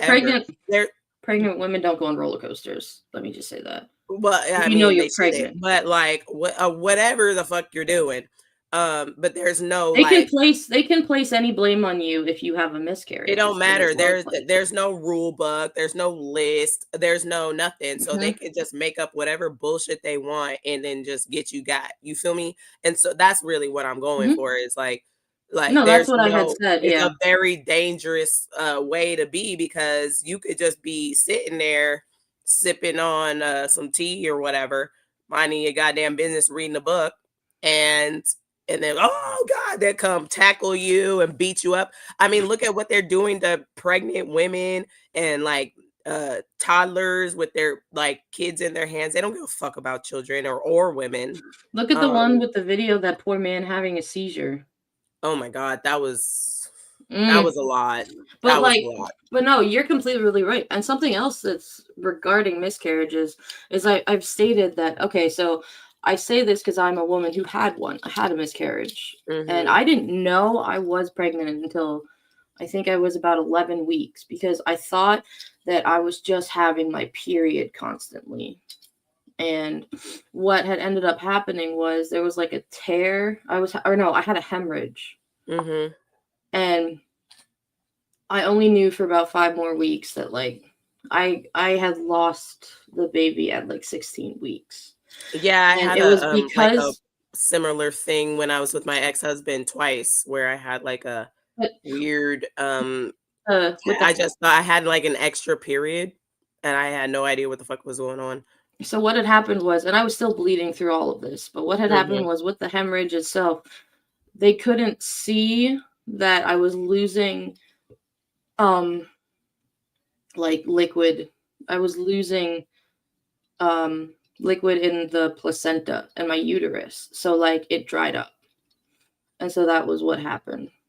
And like that's not something that I could have prevented. Like that was or you wouldn't even know what was happening, right? Like exactly. Because I had a period and then I had another one like a week later and was like, what? And so like it really and the PTSD and the trauma and the depression after it. I mean, it took my husband and I almost 6 years to try again for our daughter because I had to go through so many I had a complete breakdown. I did. I'm not to admit it. I had a complete breakdown. Like I had to reevaluate myself, my life. And can you imagine like a woman having to go through that and then deal with the PTSD and the trauma, and then they throw your ass in jail? Because they don't give a fuck. You don't even know what the fuck happened to you. It's fucking disgusting. And y'all and all these men want people to be like swooning over you when this is like how y'all treat us. Fuck y'all, man. Some of y'all for real are so much trash. So like any women that find like, unless you're a lesbian, then that's a whole different story. But like if you find yourself a good man, keep that motherfucker because you will be in the weeds for a while. They are not here and there. I'll tell you that. Yep. Because yep. Been with mine for 12 years. And I love the shit out of him. I'm grateful for him every day, especially when I hear shit like this. I'm like, oh, my husband would be the first person to bang down the door and be like, fuck y'all. It's like, whoo! I like her. She's cool. Oh boy, this looks interesting. Atrocious today. They are immodest. Ooh. They're hoes. They're dumb, like literally intellectually unintelligent. They are shallow. They are deceitful. You talking about yourself, they are bro? wicked. They are vile. They vote for trannies. I mean, I'm not making it up. Women are radical progressives. Oh, look, Christian nationalist fake pastor Joe Webbin. And if you're thinking that video was a response to the election results, you'd be wrong. That was from days ago, and I was going to make a video just on that. But I got curious today to see exactly how he responded. Not only did he go and tweet things like, it's time, repeal the 19th, or the lesson is not to appeal to liberal women, the lesson is to repeal women's rights to vote. You don't argue with insanity, you mitigate it. But here's the thing, in addition to that, he had a 2-hour and 20-minute YouTube episode today that I watched so you don't have to. And here's just a highlight reel of how he's feeling about women. A Muslim socialist who has just been elected mayor of the largest city here in the United States of America. You need to talk about how did that happen? The simple answer is women and foreigners. Women need to be quiet. You need to be quiet. And men who love the women in their lives, but should love them enough to say, you don't get to drive the car anymore because you keep driving it off of a cliff. How did he get elected? White women. White women, if they don't kill their babies in the womb through abortion. I want him to take a car and drive it off a fucking cliff. Yeah, with himself If and you are- his little homie in it too. You bring your homie with you. If he say that shit to your wife and daughter, like fuck you. Oh, Through abortion, they at least want to be able to give up their babies at the age of 1 year old to go to state-funded, city-funded child care. 3 years ago, somebody asked me, like, if you could wave the magic wand and make America a Christian nation tomorrow, would women in that Christian nation have the right to vote? I didn't mince words. I just immediately said no. And he said, why? And I said, because if we could have a Christian nation tomorrow, but women were able to vote, then within 50 years, we would no longer have a Christian nation. It's not because women aren't Christian. It's not because women don't love the Lord. It's because they're not fit for politics. Politics is war without the bullets. Women were not designed by God for war. They're designed to squeeze the cheeks of little toddlers. That's what women are designed for. And when they're in their proper role, it's a good and wonderful, beautiful thing. But when I said that 3 years ago and it went viral, people hated it. I don't know if you've noticed. I've been doing some repeal the 19th posting myself, and it has changed in the last 3 years. There's still people who are upset and who don't like it. There is more support than I ever thought we would see. Women aren't fit for politics. Oh, that guy. Shouldn't be allowed to drive, ladies, because our only value, ladies, is to be able to pinch the cheeks of toddlers. He's right about one thing. This mindset has become far more widely accepted. There are more people saying this shit out loud now than there was even 3 years ago. Let us not forget that Pete Hegseth's spiritual advisor is Doug Wilson, who literally said this on the national news. But here's the thing. Yesterday's election results are exactly why they're terrified. Yesterday, women showed up. They voted. They organized. They made their voices heard. And we won races across the country. They can fantasize and post all they want about repealing the 19th Amendment, but the numbers don't lie. We outnumber them, and when we show up, we win. So let this be a reminder. Our rights are not guaranteed. Their only protection is our participation. They want us quiet, at home, powerless. The answer keeps showing up. Because they're not going to take our rights. Because we're never going to let them. Women. Hell yeah. Like, I can be. Motherfuckers are exhausting. The thing that pisses me off is like all these fucking men think that like just because I'm a badass bitch doesn't mean I can't be a good mom. I'm gonna be both. I'm gonna be a badass bitch. I'm gonna stand up for my rights and their rights, and I'm also going to be a present, active mom to my kid. I am TT Mooney to 4 kids. I'm an auntie. I'm a hypey auntie, you know what I'm saying? But like, I love I take care of everybody else's kid at my job. You feel me?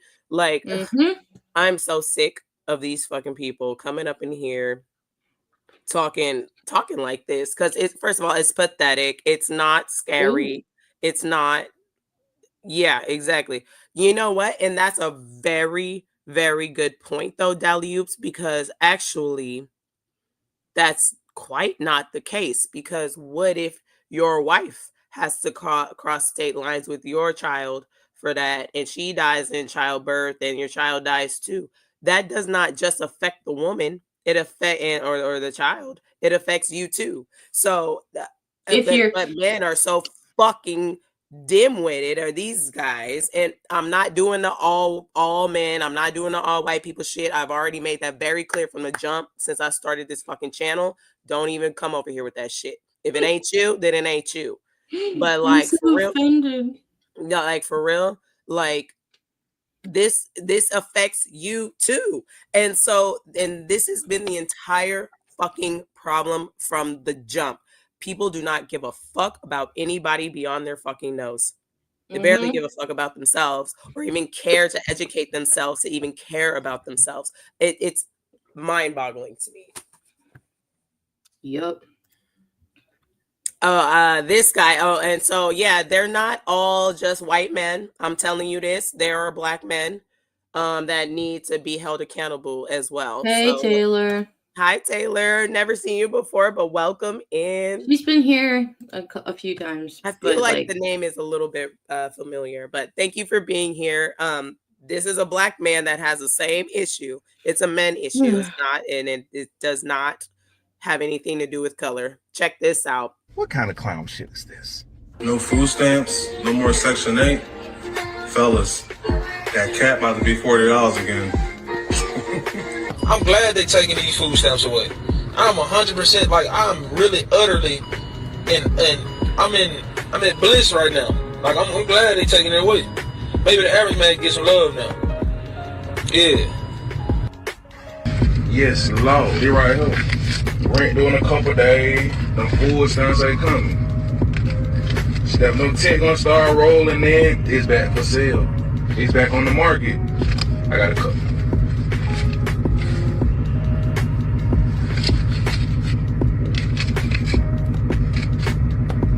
Let me put it down.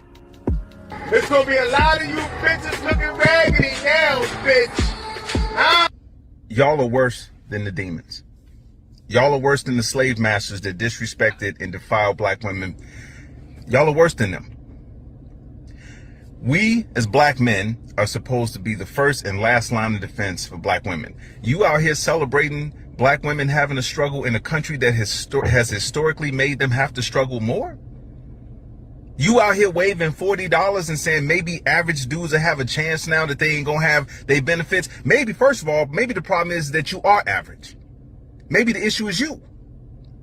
You out here celebrating black women having a harder time in a country that has made it harder for them makes you worse than the people who have made it harder for them. You supposed to be the protector, because when you make videos like this, you basically are disrespecting your black mom, your black grandma, your black sister, your black auntie, your black daughter, your black daughters.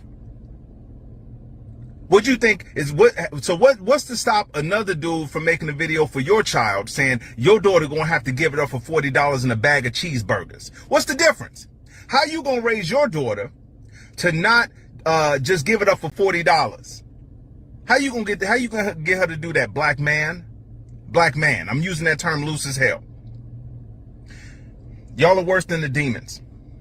Y'all are absolutely the worst than the demons. We are supposed to be the protectors, but you out here, you a predator. That's what you are. You a predator. Y'all are all predators. You should know better. You should do better.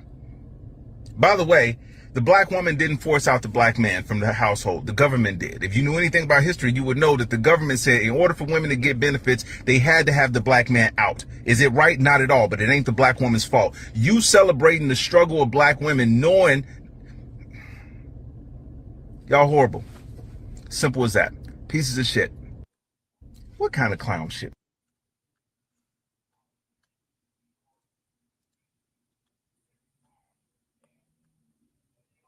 There are a lot of videos like that, Katie. Leave you speechless, right? Yeah, I don't even know what to say about that. Actually, I kind of do, but thank you for kind of just being like, what? Like that is, there are multiple videos on that. And black women have been the #1 people being attacked on this whole EBT shit. Like, it's insane. Even by their own fucking brothers and sisters and dads or whatever. Insane. Fucking insane. These men, I'm sorry, y'all need to get this shit together because this is embarrassing. You're making yourself look fucking stupid. Y'all gonna fuck around and get it staked out here. For real. Keep playing these dumbass games with people because nobody wants that anywhere near them. Especially black women. You ain't coming up in my energy with that. This one looks interesting. Y'all as a society. Before women had divorce, they had poison. And I feel like a lot of you men folk, you've convinced yourself that, stripping women of their rights in a contemporary society is going to make them docile and subservient to you. I feel like you keep forgetting that we are a generation of people whose grandmas and great-grandmothers had multiple husbands before the age of 60, and they all managed to pass away by stroke or heart attack. Stroke. We are a generation of people whose grandparents received cast iron skillets as wedding presents. Before women had no-fault divorce, they had poison. And y'all are just giving the girls a reason to go back to start cooking in that kitchen. Oh, Lord. I just want to remind y'all as a society. He's not wrong. I loved at the end where he was just like, oh, Lord. Oh, Lord. Sable. There's gonna be a whole bunch of mysterious ass fucking hospital visits up in this bitch. For real, keep playing these games. Because we ain't our ancestors. We are not these old fogies up in the back in the day and all that shit. We a whole different built generation of people, bro. So like, don't think you just gonna be playing these dumb games with people. Same with black people. Same with the women. Like, we're not doing it. So like, if you could play them dumbass games if you want to, but you might find yourself a little sick mysteriously if you really want to play these games. You know what I'm saying? Like, I don't understand. Like, it's almost like people don't have self-preservation. When you don't like something, stay away from it. When you don't agree with something, maybe just go walk away, go a different direction. Don't walk towards the shit that you don't like and that you hate. It's insane to me. But fuck around and find out the hard way. It might be your last day that you figure it out.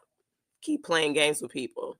This is fun. But on a more positive note, I don't think there's like any movement with this one, but this is what women are really about right here. So I just saw this today, and this is supposed to be for next year.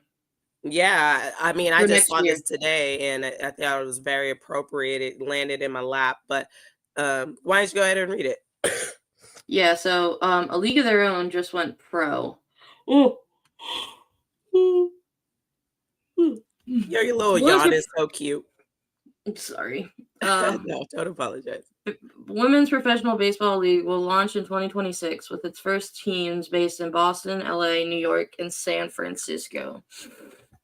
And the league is co-founded by Justine Siegel, who made history as the first woman to coach professional men's basketball.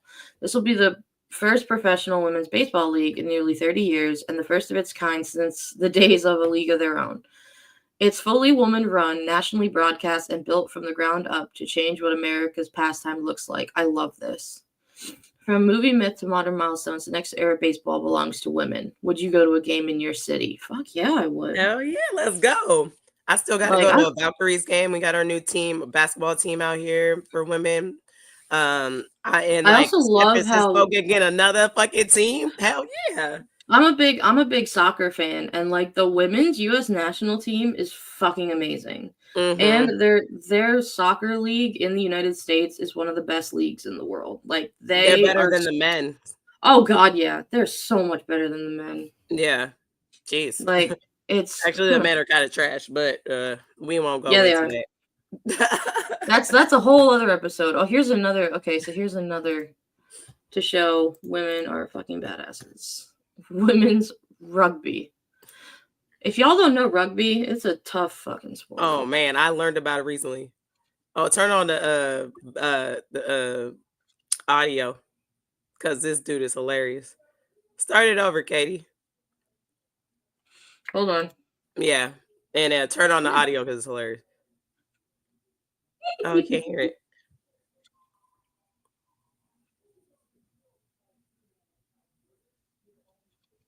Can you hear it? Can everybody else hear it? I can hear it. Can't you hear it? I'm sorry. Let me see. It might have. Hold on. Okay, and what about now? No. Give me a second. Hold on. No problem. My thing might first of all, Katie, while she fixes that, please be sure to like, comment, share, subscribe. And we are having such a great time on this lovely Saturday night. We went almost 2 hours, probably a little bit over 2 hours. But yeah, like I really enjoyed our show today. But while Katie gets that fixed, I just wanted to say, like, women out here on beast mode right now, and they're gonna, the more they keep pushing us into the corner, the more we gonna get like the same way that these Republicans are gonna start getting more dangerous because they getting pushed. The same thing's gonna happen with women. So don't get it twisted. You know what I mean? Okay, let me see. Let's see. The greatest stiff arm I ever seen, man. Fuck off me. Forget Derek. That's Derica Henry. Slowed up just to put Shorty the fuck down. Oh my God. Put her thumb all up in her nose and shit. Put her down like an old dog. This is how I be smacking my nephews. Broke the first tackle. She thinks she out of there. Boo. God damn. Number 11 out there moving. Quick little stiff arm. She could go all the way. Foul. That shit ruthless. Trucks to, ooh, that's an F-250 right there. Vroom, vroom. That's that shit with that Hemi in it. Women's rugby damn near got better stiff arms than the NFL. They could damn near teach a clinic on proper tackling techniques too. Number 14 running this shit back like prime Devin Hester. Number 10 in red really ain't want no smoke. Boo. Gave her the meanest fucking forearm. Damn. Told number 5 you could join me in the end zone. Shit, or whatever they call it. This right here gotta be one of the scariest women I ever. Oh my God. Yo, this is just fucking nuts. You gotta have a different kind of heart to play this shit. Number 13 in blue ain't ducking no contest. She won all that shit. Really ain't shit they could do about it. Literally out there dragging grown women. But this shit right here, oh, that shit sent her to the upper room. We don't call her Derricka Henry for no reason. Safe to say this shit ain't for the weak of heart. And where the hell did they find her? And if my teammates set me up like this, we gonna have to fight. This look like 04 Ed Reed right here. Oh, God damn, women's rugby insane. Bro, this the greatest stiff arm I ever seen. Like, whew, that's, oh my God. Yeah, because rugby is like a mix of soccer and football, and it is like they are fucking crazy. Holy shit. Dude, so rugby is one of those sports. Another women's sport that is vicious as fuck. And I promise you this, as a competitive swimmer, like I used to have to share pools with water polo players, right? Them bitches is crazy, bro. I mean, they be like sharpening their nails and their toenails and shit. And like all the violence is underwater, so you don't even see it. They be like, oh, we're just playing. We're playing shit. They be trying to drown bitches. They be chewing on their leg, gnawing on their fucking leg, like thigh meat under the water, scratching, Like biting. thigh meat. Also, it's very violent. Like even the men that I know that played water polo were like, we don't play like that. Like I'm scared to play with women. It's like hockey, but in the water. You know, they be trying to kill you for real. Like women's sports are actually like way more violent and vicious, but nobody pays attention to it. So they think we a bunch of weak Have bitches. you ever watched, but what was it? Even women's lacrosse is like 10 times crazier than men. Yeah. They are out there punching each other. Yeah. And to close it out, we've got one more little video. This is our exit message that we're going to try to keep going on for y'all. So thank you for joining us tonight. Mm-hmm. And being with us for this 2-hour stream. Yeah, he's for not real. feeling it. Damn it, you shouldn't be either. Nobody's flying today.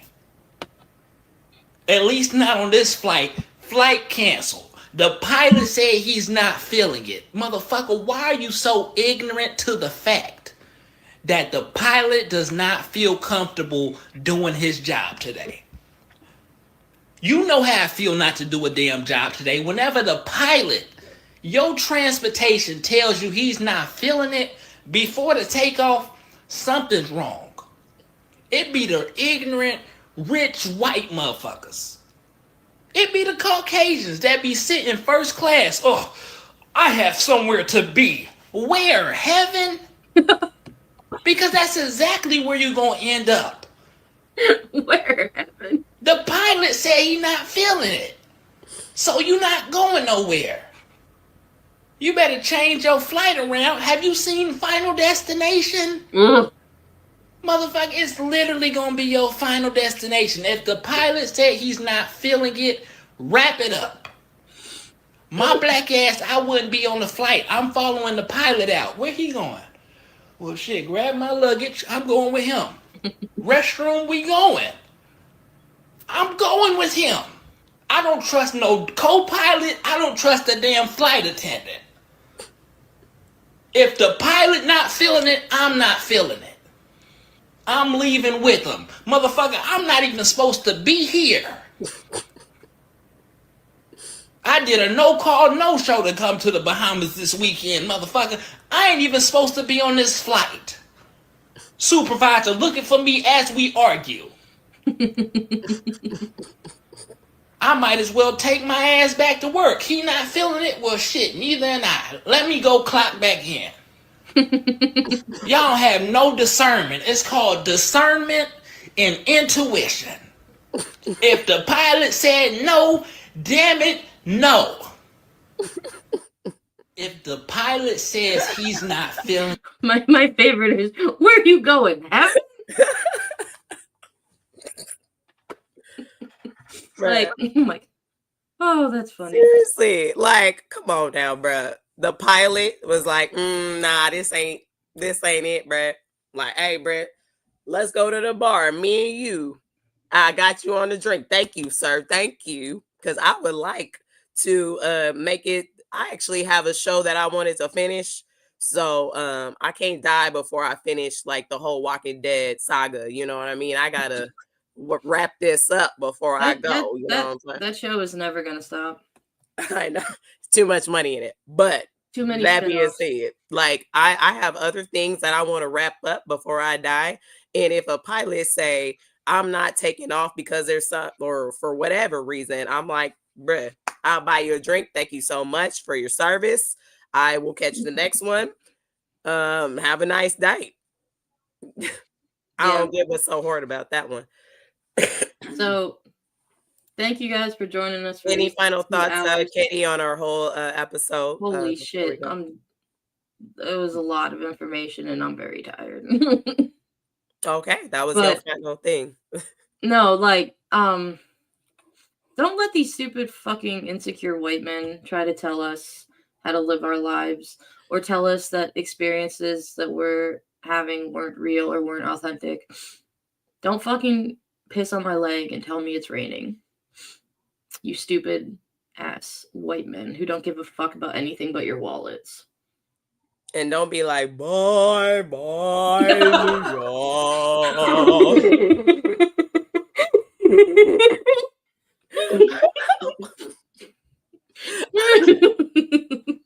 Bye, bye. Bye, bye, New York. And on that note, everybody get some rest and have a drink. Have a good weekend. Take care of yourselves and your family and the people that you love. Take care of your community and keep it gangsta out there. You know what I'm saying? Thank you so much for being here like you always are. We love you, y'all. See y'all Monday.